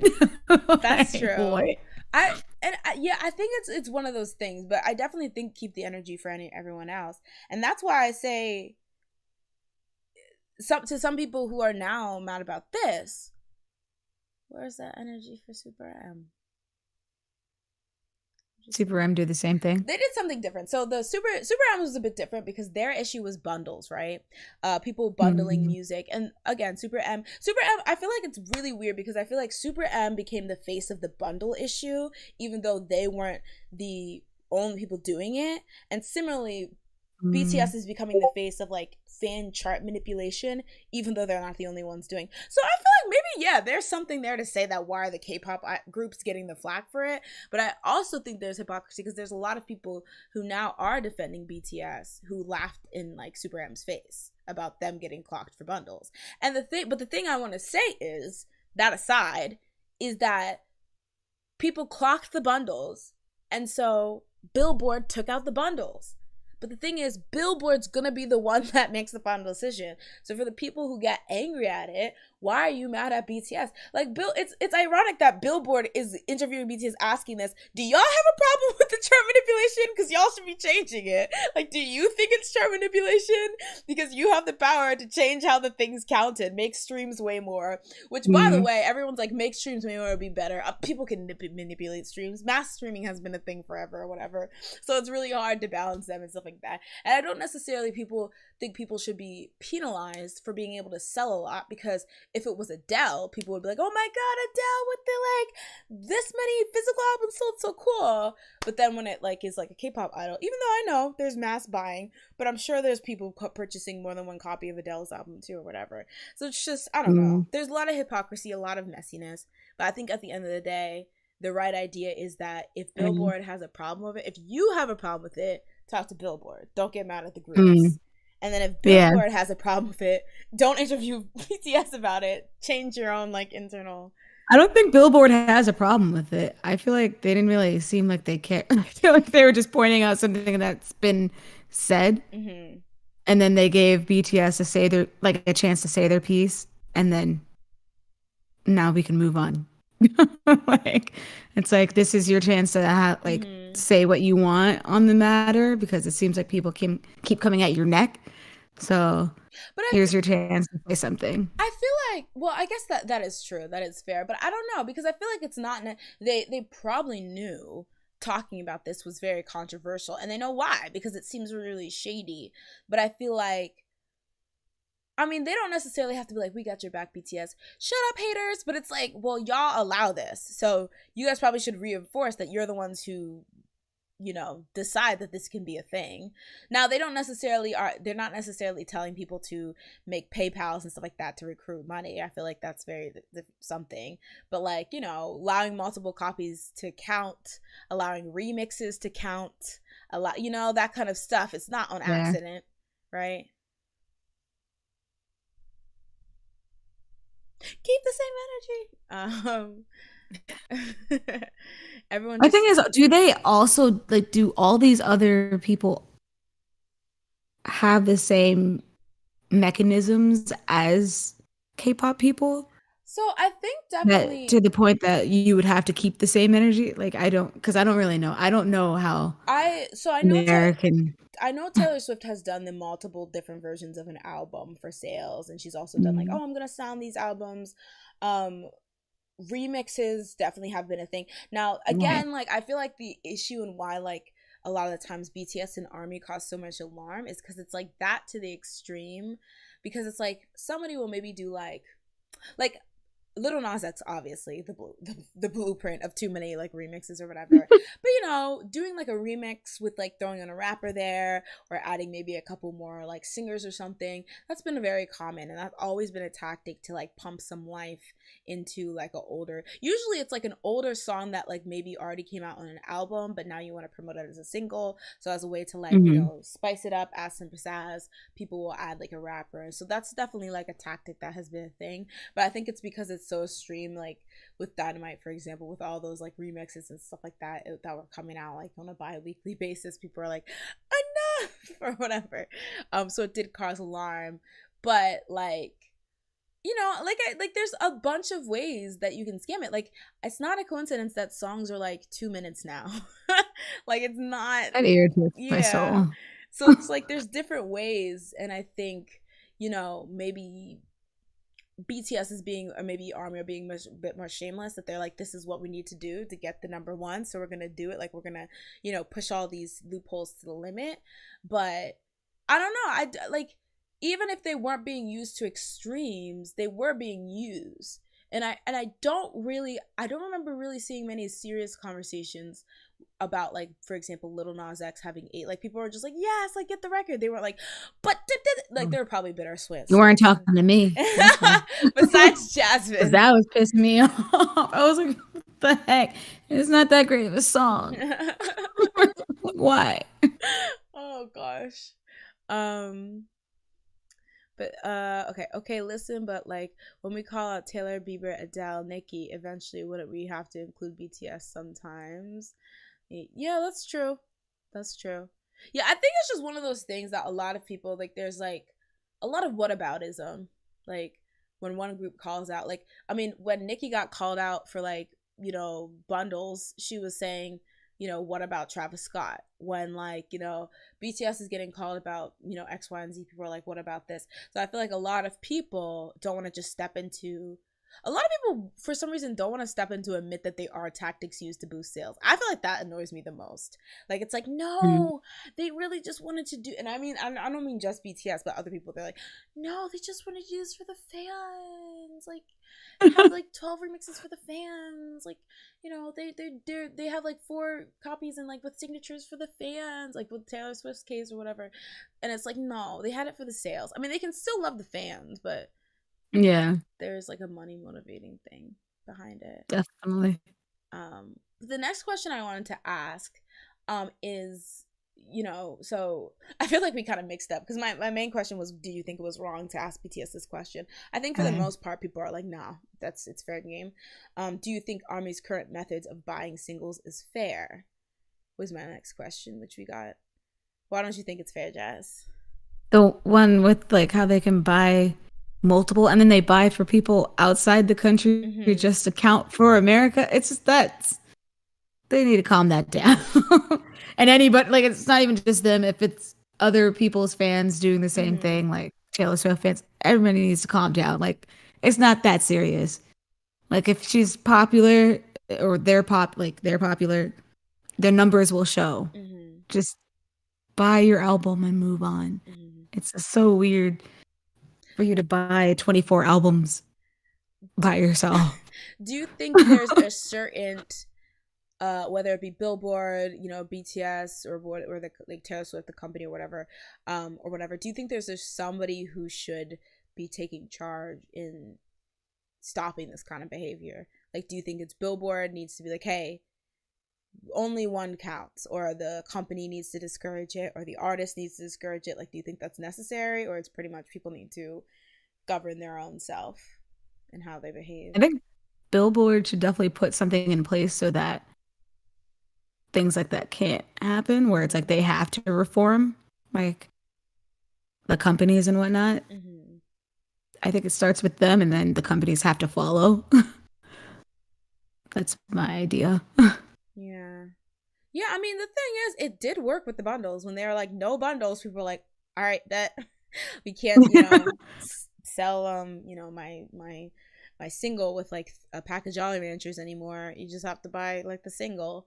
So I feel like that Yeah. works. So I definitely think if they wanted to reform, they could. Um, And but I feel like it's not that hard to just be like, you're one person. Well, you bought 24. We're only going to count one. I'm so sorry. I don't know why you're buying 24. It doesn't make any sense. I feel like though there's gonna be pushback a lot of places, like companies that benefit from fans buying multiple albums, I streaming think if services that the benefit fans from. can still buy the 24 albums, no one's stopping But them. will they if there's no like? That's on them.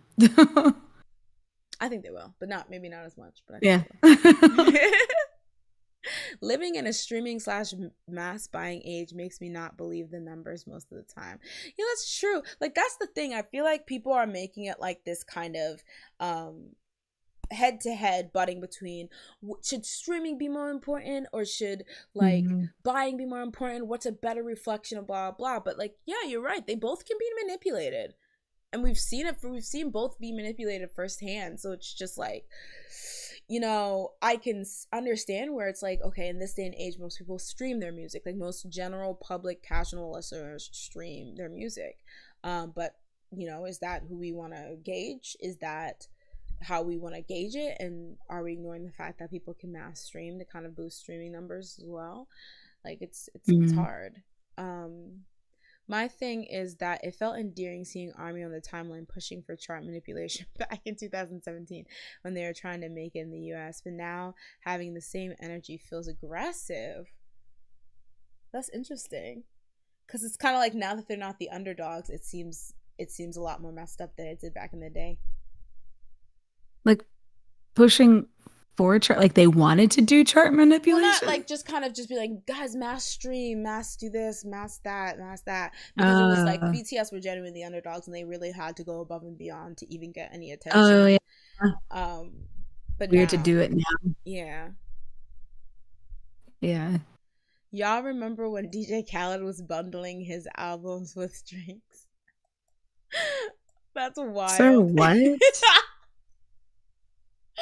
He said another one for every another one. every maca DJ latte. Khaled. Oh, DJ Khaled margaritas. that's too much. That's too much.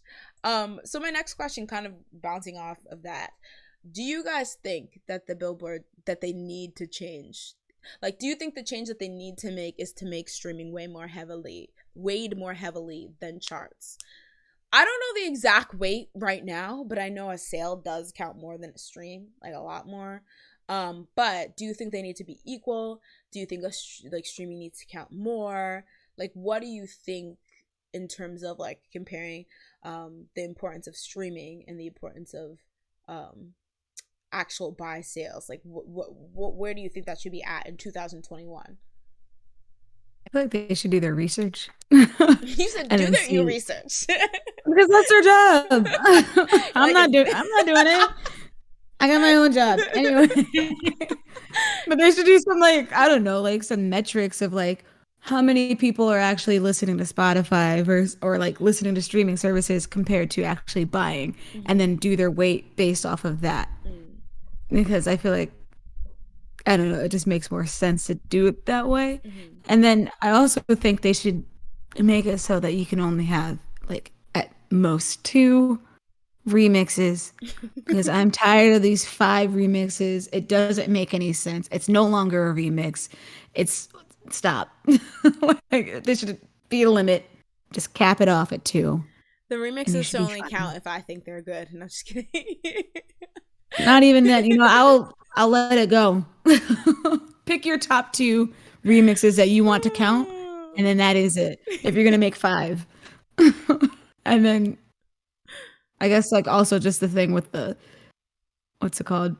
Not being able to buy multiple and it count as Hmm. multiple. I feel like that should change. Yeah. I can see like maybe them like because I think right now like I mentioned before it's four. I can see where that's like maybe like I guess like maybe it's like a dad buying like four for their each child or for like their sibling or something because with They can share. Sorry. but also okay it's kind of hard because I know like different album covers and things like that were like a gimmick initially for to boost sales, but I do think there's artistic merit in having multiple covers and stuff like that. So I think like there are reasons outside, like genuine reasons outside of just wanting to get a lot of like purchases to count towards Billboard, that somebody would buy more than one copy. And because of Yeah. that, I feel like it's okay to count more than one copy bought from one person, I guess. Maybe give the different things different barcodes or something. I don't know. Maybe they already do that. I don't know. But So yeah. you think that if they buy 24, it should count as 24? No, but I think like I um was going like, that's where we disagree. But I think like I don't know. I think four is a decent number. I think four is what's on iTunes or something. But I think four on iTunes is digital, and I don't think there's much difference between digital copies. So no, if it's a digital uh, copy, no, only you should only count one. But if it's a physical copy, you can count multiple if it's like different covers. can you send digital copies? I'm so confused. How do you buy four? I think I don't know because the last time I've been in the iTunes store was 1932. But in this article it says that iTunes clocks when you've already bought it, but it lets you purchase it again, which makes no sense, but I guess. Okay, that sounds shady. Yeah, they should they should revamp their rules because that sound like some of this stuff sounds kind of like why? Why does that make any sense? You just want more money. You can gift That's literally. you can gift singles to people, right? I Y'all. guess I'm hoping that's how they're doing it because otherwise, what's the point? You just open your iTunes and you have four versions of freaking Permission to Dance. Like what? Permission to buy another single. um uh sorry. Andre says also the Meg remix of Butter wasn't that bad. I listened to it properly today and I was like, it's not that bad. It's like Yeah. ham, it's like Stapler, you know? Like when you think Stapler, you don't necessarily have a positive reaction or a negative reaction. It's just neutral. So it was very Like a Stapler. stapler? Yeah. I don't think I. What? Like it's just a neutral reaction. Like it's not Is bad. that a saying? Yes. It's Oh, you just Stapler. made it up. No, I think it is. Oh, It's very ham sandwich, you know? No one's excited over a ham sandwich, but it'll it's do. vanilla. No, vanilla's delicious. Okay, so it's vanilla How dare. based. Chocolate. No, oh no, can't be. Chocolate ice cream is not that good. I automatically go to ice cream, but who's saying what about the FBI? Um okay, Jasmine, can you pick a comment because I'm lost. Lost without you. Um, Yeah, I agree. It's hard though because people manipulate streams and sales, so there's not. Yeah, I don't know. It's very hard. Like I'm glad it's not my yeah, job. I feel like streams should also just have a cap of like how many count for a turn, like a certain amount of time. I guess like every hour. On the hour. Yeah, But I think that's kind of hard to cap too because genuinely, if I like a song, I do be listening to it like on repeat. Like if I find a new song and it's banging, the next time I run, I probably listen to it like 5 times in a row before I move on to the next yeah. song. So that counts for 5 for that 1 hour. But if you listen to it Yeah, but I might listen to it 15 more. times and the cap is 10, then it's just you got that counts as Yeah, 10. but is that fair if I'm not a mass streamer? Like I'm somebody who's genuinely like I just love this song so much. It is so good because then it's like a generally reaction from a general public There population should be that like a mark on your freaking account or something, like where it's like, you've been listening to this all day, so we're only gonna count 10 of these for this day. that's stan discrimination. Stan Because discrimination. like there has to be a way to like mark ones that like have just been like you've been listening to this song literally 24/7. That doesn't make any sense. And that's not healthy for you. So let me let me like calm you down and just make that not as 10. Someone's like, "Do you need help, sir?" Yeah, honestly, that's what they should do. Have a little pop-up like, are you okay? Are you alive? Should we send someone? Oh God. Yeah, it's very messy. It's very messy because I feel like it's a lie to say that this isn't like above the normal means. Like it's not normal. Even hate using that because I don't want to be mean and I don't want to be like you game the system, but like let's not act like this is just normal streams, you know. But also, Yeah. I'm not gonna sit here and say Butter's not a popular song. I don't think Permission to Dance was, but Permission to Dance also eventually fell. But like Butter is definitely a popular song. But yeah, I just find it so shady how like how they pointed out like Permission to Dance like jumped to #1, and then as soon as it dropped, Butter came back up. It just seems so shady. Like they're like, all right, we did our jobs. Get this song out of our way. We're going back to the main one. And honestly, though, as somebody mentioned earlier about how, like, you know, back in the day, BTS fans needed to do stuff like that just for them to survive because nobody was really giving them a chance. I can see why it's just like, well, you know, where would we be if we didn't use these tactics to begin with? Because nobody wanted to give them a genuine chance. And now, you know, they're stars, and now it kind of seems like it's really doing too much because they're so popular and because it's just become so blatant because of how many numbers they have working for them. But at the same time, I can kind of see being mad because it's like, well, you know, we're just doing what we need to out here on these Billboard streets, you know? But yeah, a lot of people are like, what's the difference between this and like, you know, a company pumping money into like, you know, it just seems shady. But yeah. Someone said, D. Walker said, radio needs to not count at all. So yeah, yeah, because the thing is, you have to like make radio deals and things like that, and rub the feet of the radio company. So it is kind of shady, and like, you know, a lot of times people will point out that hits were like forced because it's like if you just got in good with the radio stations, then you get a lot of play, and then all of a sudden it was a hit, and vice versa. If you did something that the radio stations didn't like, whether that was like not come on a show and do an interview, or just something like maybe you had a political statement they didn't like or whatever, then you were barred from the radios and then you flopped, you know? Also, I don't think people would listen to the radio like that anymore either, so. I listen to the radio. Anyway. But I just think they play the same songs over and over again, and sometimes I'm like, my brain can't function. What is this? Like if I hear Good For You or Deja Vu one more time, and then they freaking added that other song, the other Olivia. No, I didn't. Driver's License? No. What's that slow one? Deja Vu? Do you get Deja Vu? Traitor. Now they added that in the in the circles. Olivia Rodrigo songs. Dang, and I'm just like, chokehold. I do like Traitor, please end it. Well, I'd rather her than Pink. So, anyway, I'd rather Pink any day. Oh gosh. The truth is that we have put so much emphasis on the charts that fans are doing anything legitimate and give their August Friday. Yeah, I feel like that was another thing, and I think we kind of talked about this, but like, is this something that like is this kind of intense fan support healthy? Like, no. You know how everyone's like capitalism is a stain on society or whatever.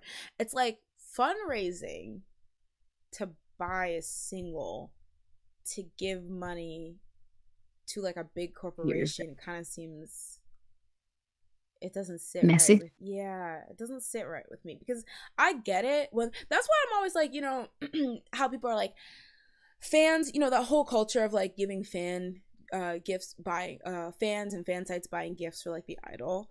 I always thought that like it was fine when like if an idol starts out, maybe they're not big three, so they don't have a lot of money. I think that's okay. But like as soon as you start making a lot of money, that like makes no sense. So like similarly, like back when like, you know, they were like struggling to get noticed in US, I could see doing this kind of stuff just for publicity purposes, because you know that getting a number one is good publicity, gets them more attention, gets them more opportunities. But now fundraising just so you can buy a single.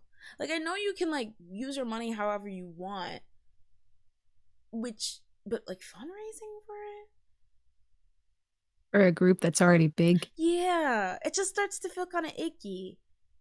Yeah. And like again, I'm not saying that anyone's being forced to do something that they don't want to do, and I've never really heard BTS with their mouth be like, buy our single, you should multiple of you guys should buy a single. It's truly just because people love them so much, and same thing with any other artist. But it starts to be like, I don't know about that one, chief.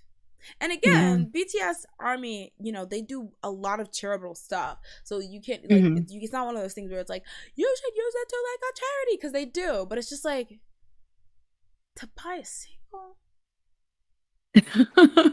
Yeah. It just doesn't sit right with me. And not just the BTS, if anyone was doing it, like the Taylor Swift fans who do this, even the kids that are like on there, be like, stream "Thank You Next" or whatever. It's like a single. No, just kidding.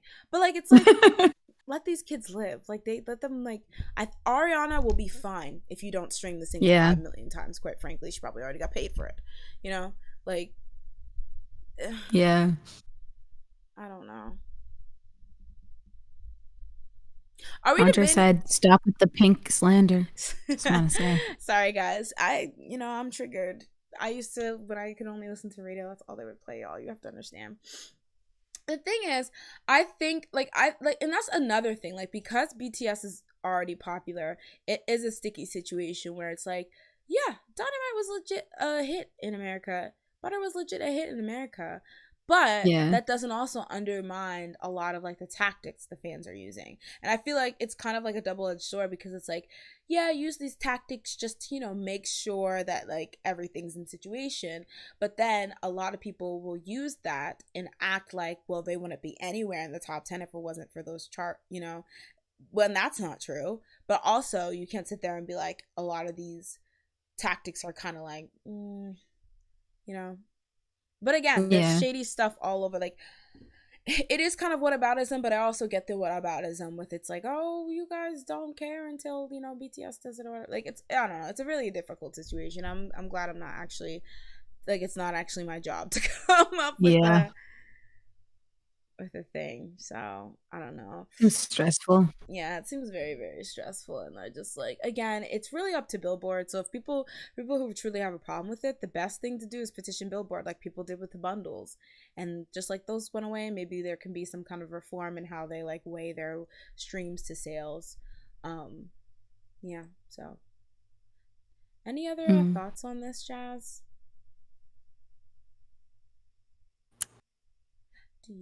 Don't buy a whole bunch of albums if you don't need to.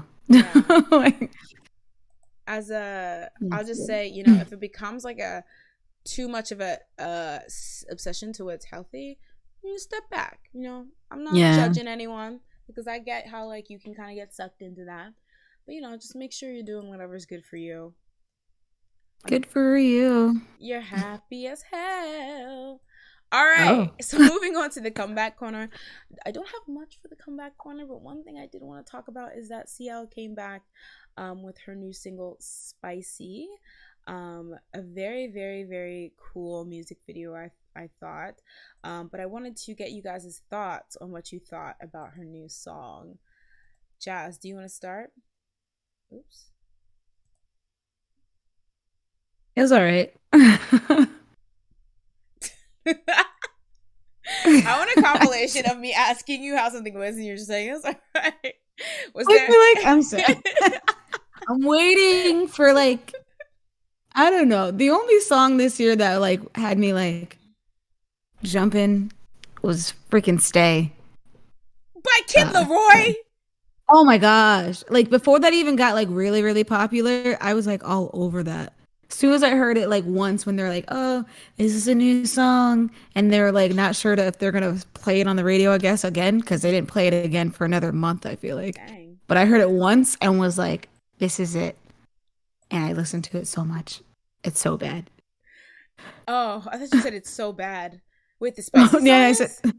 no, no. I mean, it's so bad. Like it's so bad that I listen to it so much. Oh, okay. I was like, wait, what? It's Did so you? bad that I listen to it all the time. It's But spicy, horrible. but spicy is yeah. I was more interested in the Pikachu car. Oh my god. I was like, what? I I mean, I liked it. It's it's no Hello Bitches. I will like it, and the thing is, the only reason I'm comparing those two is because it did give me a Hello B Words. I should say that because Susan will like kill me. A Hello B Words vibe, but it just wasn't as Yeah. catchy, and it just wasn't, the energy wasn't as there for me. And I think we were kind of talking about this. No, we were talking about this on Saturday, but Yeah. the I don't like that.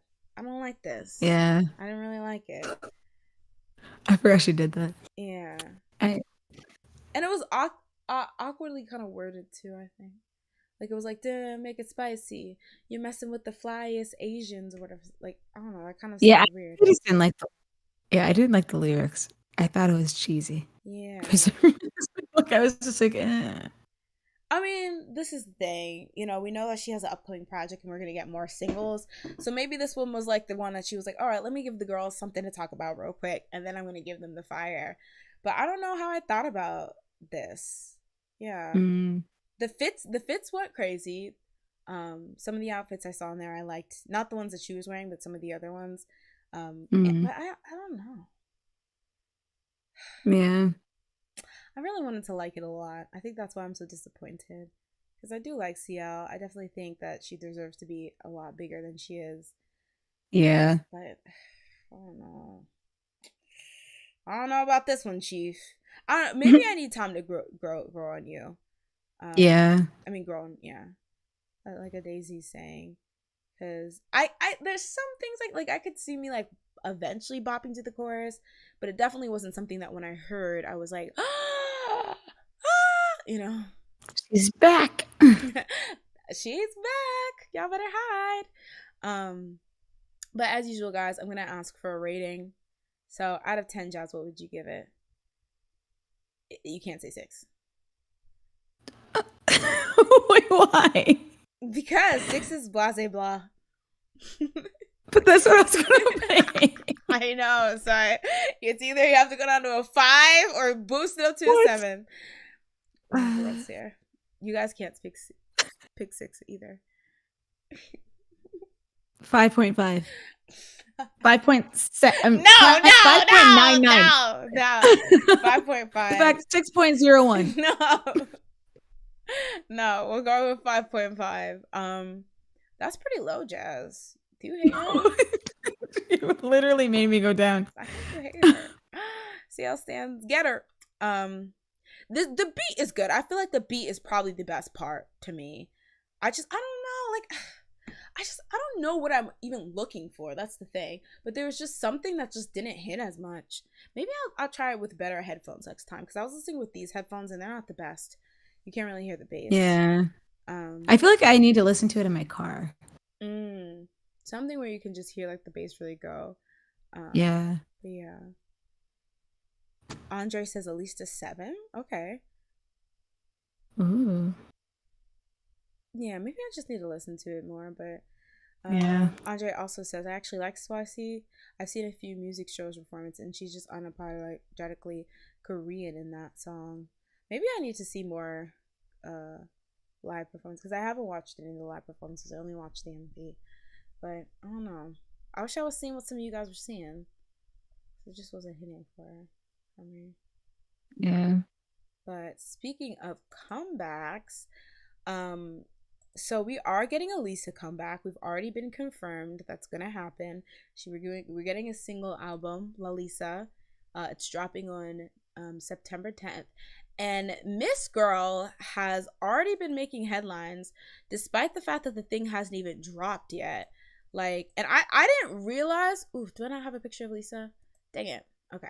I didn't realize that. I'll just go back to the. Actually, I'll bring it up on this thing. I didn't realize that like how much Blackpink sells. Like I kind of did not realize that they're like putting up numbers like the way they're putting up numbers. Maybe because I've kind of like stepped out of the sales game, but like they're really like killing it and to crazy numbers. So the story with Lisa here is that pre-orders for this album started on the 26th of August, and just after 5 days, it's already reached 700K pre-orders.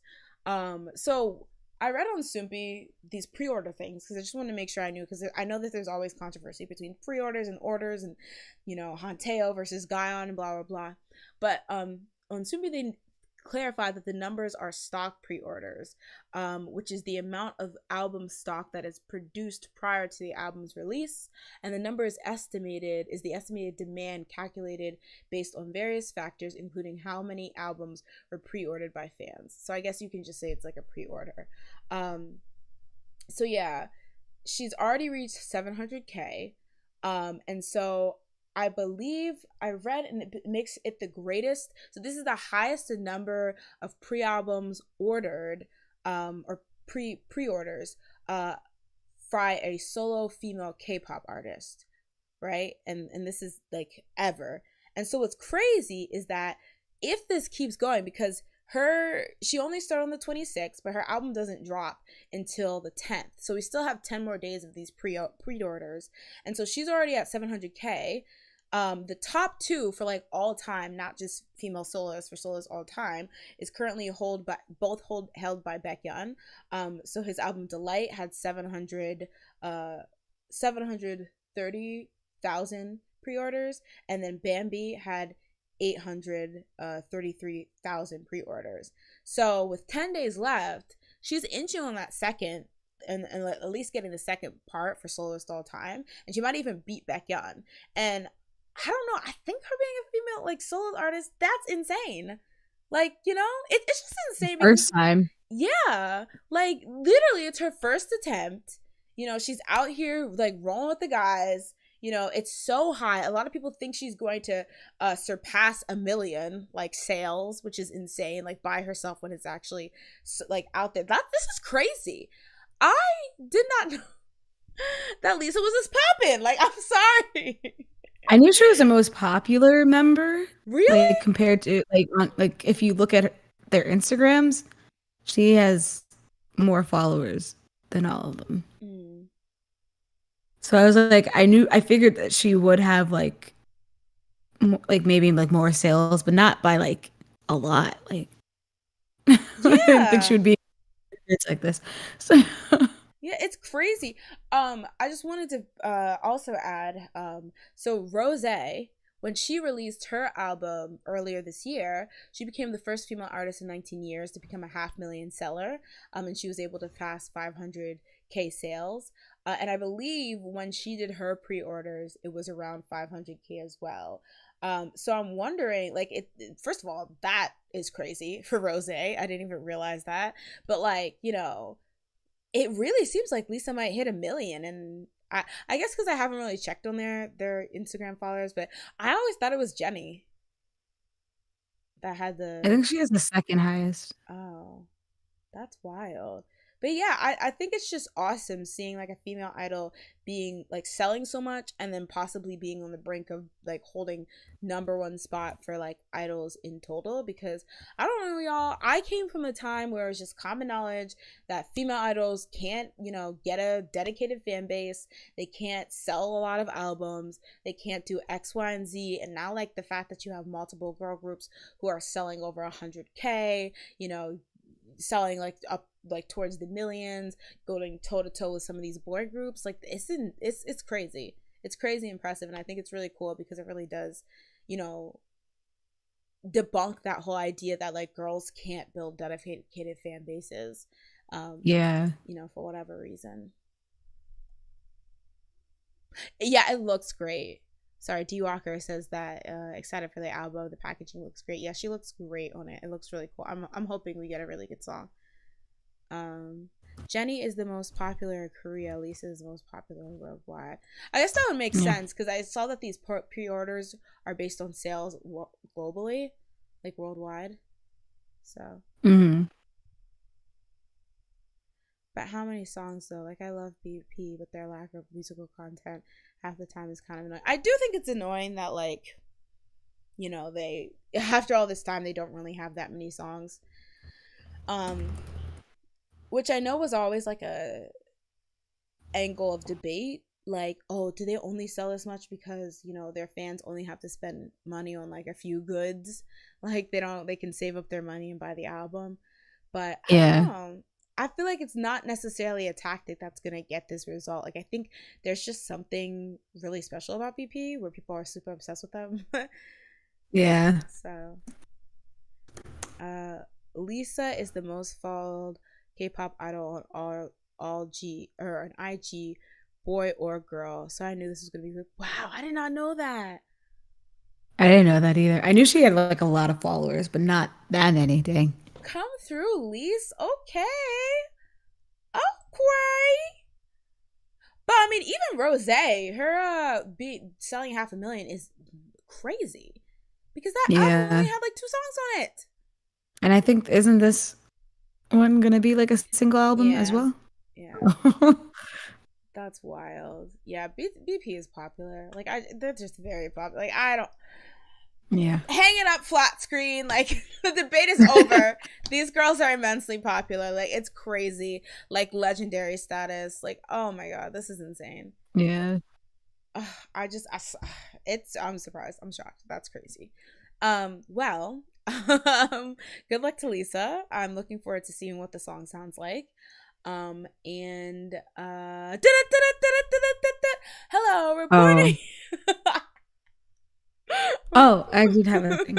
Reporting live is Jazz with the Shoe Minutes. Jazz, what has our podcast boyfriend been up to lately? Nothing really. Like he does still have his what is it, Drinking with the Gods show, and like Minho and Jinhwan from YG. Well, Minho from Winner. And Jinhwan from Icon. Mm-hmm. For a second, I was going to put them in the same group, and I was like, wait, no, that doesn't make any sense. But they were on the show, and I think Minho even drew, like, the people in, like, the host of the show, which is, I didn't know he could draw, so he was really good. Oh, it was, like, actually good? So I didn't, okay. Yeah, it was, like, a little caricatures, but he did one of Xiaomin, so, of course, I was like, good on you. Yeah, that's about all he's been doing, and he still has, like, I don't know how many more episodes, but like he still has a tennis one as well. So that's all he's been really doing that I can see. That was the Shoe Minute. I'm glad to see he's doing good now that he's gotten over the virus, Susan. All right. The virus. All right, now we're going coronavirus. What a catchy song, and little did we know it would be so damaging to our world when we were bopping. I know. It was such a joke in the beginning, and then it's like, oh no, it really. This is a real it's thing. Still here. It's been more than a year. But now we're gonna open up the floor for the last couple minutes of the podcast. To just go through some topics that you guys wanted to talk about that happened this week, these couple like past 5 days, I should probably say, since we did the podcast a little early this week. Was there anything that I saw? I think there was a couple things that I cut. Wait, what happened? Sorry, I was like Andre was like, but where's the Kyungsoo hour? It's coming. I like the hour. Yeah. I can barely get a minute for Schumann. What are you doing for Kyungsoo? Listen, an hour. We'll go through his whole entire life story. Yeah. We'll go through He was born in. January 1st, No, 1993 or whatever. I'll walk through January something. I'll walk through a compilation of my favorite covers of his and just be like, this is the part where he goes like this and the melisma is so good and y'all need to stand right now and just freak out and play it because oh my god, I have this tendency to where I like listen to his covers and he does a really good run. I will like literally destroy the playback button and just keep going like, did y'all hear that? Talking to no one. Y'all hear him? You see what he does? He will And do that'll it. be the Youngsu hour. Us listening to Youngsu just doing a run. The same run over and over again. It will be 1 second of and her being like, did you hear that? exactly. And she's still not looking at us. They're like, whoa, and I'm like, who's doing it like him? Who's doing it like him? I don't. We gotta listen to it again. Name someone. One more time. Sindara Park joined Abyss Company, same company as Sunmi and Bam Bam. Ooh. Wait, Bam Bam's in the same company as Sunmi? Yeah, I did. Why did I not? Wait, I did not even. Bam Bam released something earlier this year. I did not know that. Yeah, the company he was under. That's really interesting. I wonder if she's gonna go down the singing route. I mean, I guess is Abyss is it a company that tends to be just for singers?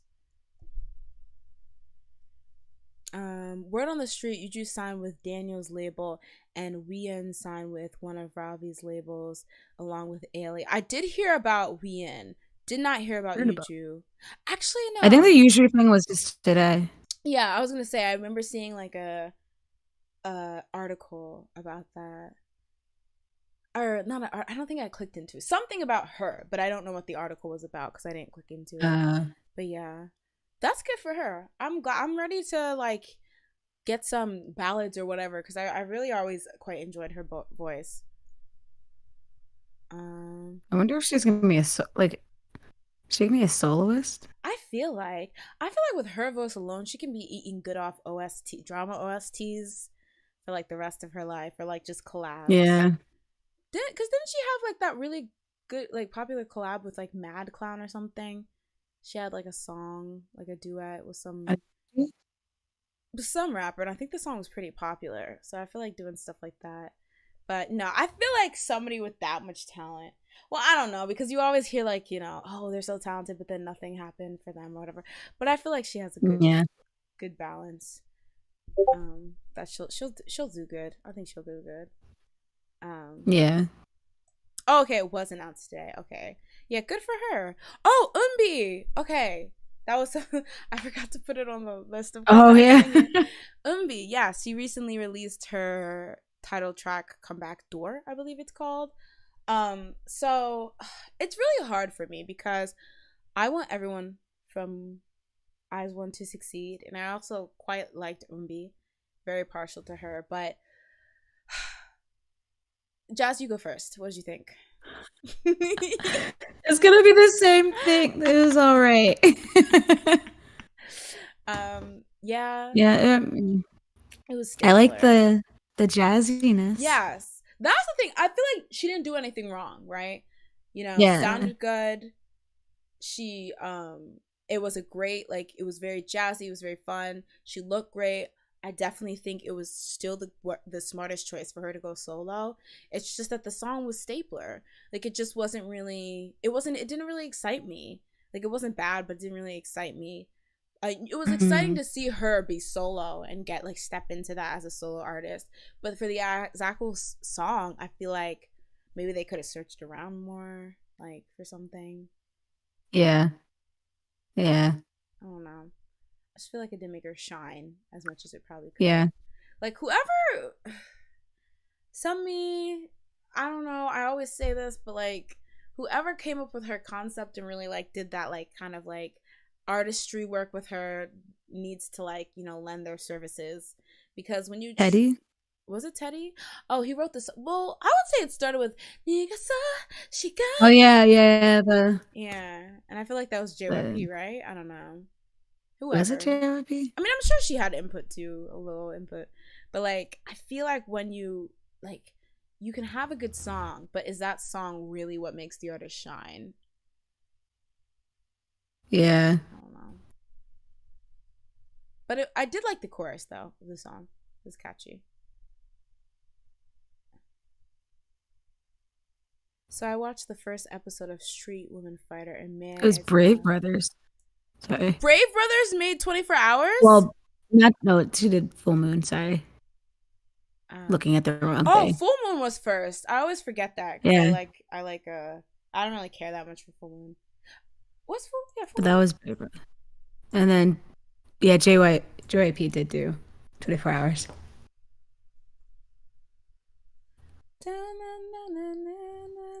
Wait, I'm confused now. I don't know if Full Moon or 24 Hours was first. Now I have to chant. I have to check. Okay. It was 24 Hours, and then it was Full Moon. Oh, okay. Okay, I like 24 Hours better. But yeah, JYP did 24 Hours. But Full Moon was good too. But Full Moon I definitely think was a good follow-up to that same, like a different song, similar kind of vibe and image. So it was just perfect. Very perfect for her. I can't remember what Full Moon sounds like. It was a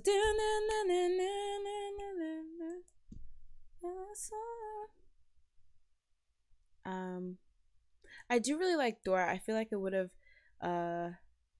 been a song IZ*ONE did had they stayed together. Choreography is really interesting. I never really thought of that. It has an IZ*ONE song. I have to listen Which to it one? again. Dora.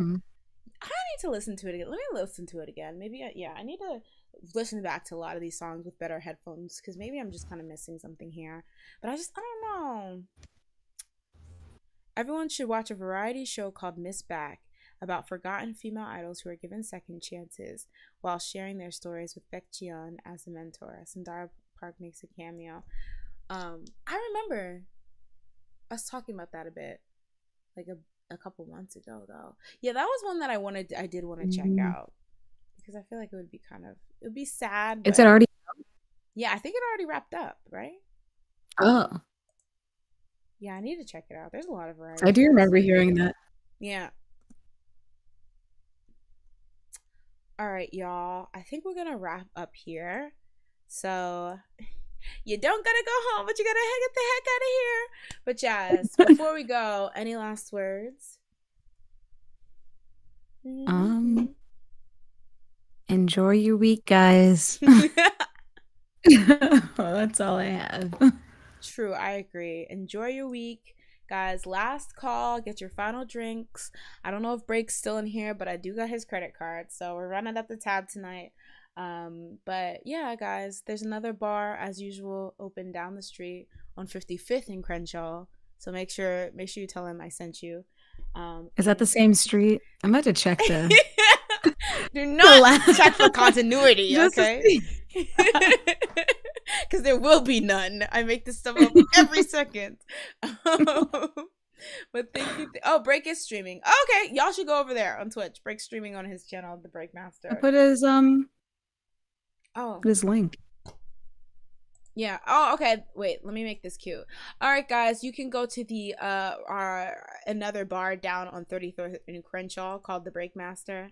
You know, go there. I don't know what you want. Okay, here you go. I was just trying to stall to find his link. So go there, tell him I sent you. Go say hi. And I'll actually see you guys tomorrow because I will be streaming with Break. We'll be doing Anime Club. Oh, I almost forgot. As for me, yes, tomorrow I will be doing Anime Club on my Twitch channel with the Breakmaster. We're doing episodes 7 through 9 of I almost said Wotakoi of Girls Monthly Nozaki-kun. We were on break last week, so it's a bit, I wanted to like finish it in August, was gonna go into September, but that's fine. But yeah, and we'll also be talking about a bunch of other stuff. So that will be 9 p.m. EST on my Twitch channel. Be there or be triangle. Yes. So good night, everyone. Cheers. Thank you for coming through, and I will see you next time at the Sleepy Idol. That should be like our send off. You do that, and I just say bye. See you next time at the Sleepy Idol. Oh, that noise! I can't. Why? It's cute. All right. Is it? Oh, Andre says that Jazz should really join Anime Club. Ooh. I keep looking at that every day. Every time we stream, someone's like, "You should join."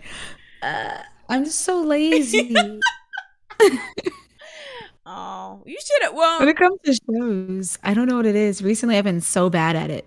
yeah, it's kind of hard to keep up. Maybe next time we do a movie, so that way you only have to watch one thing, one long And thing. even then, Not let's see. The day of, I'm gonna be like, was that due today?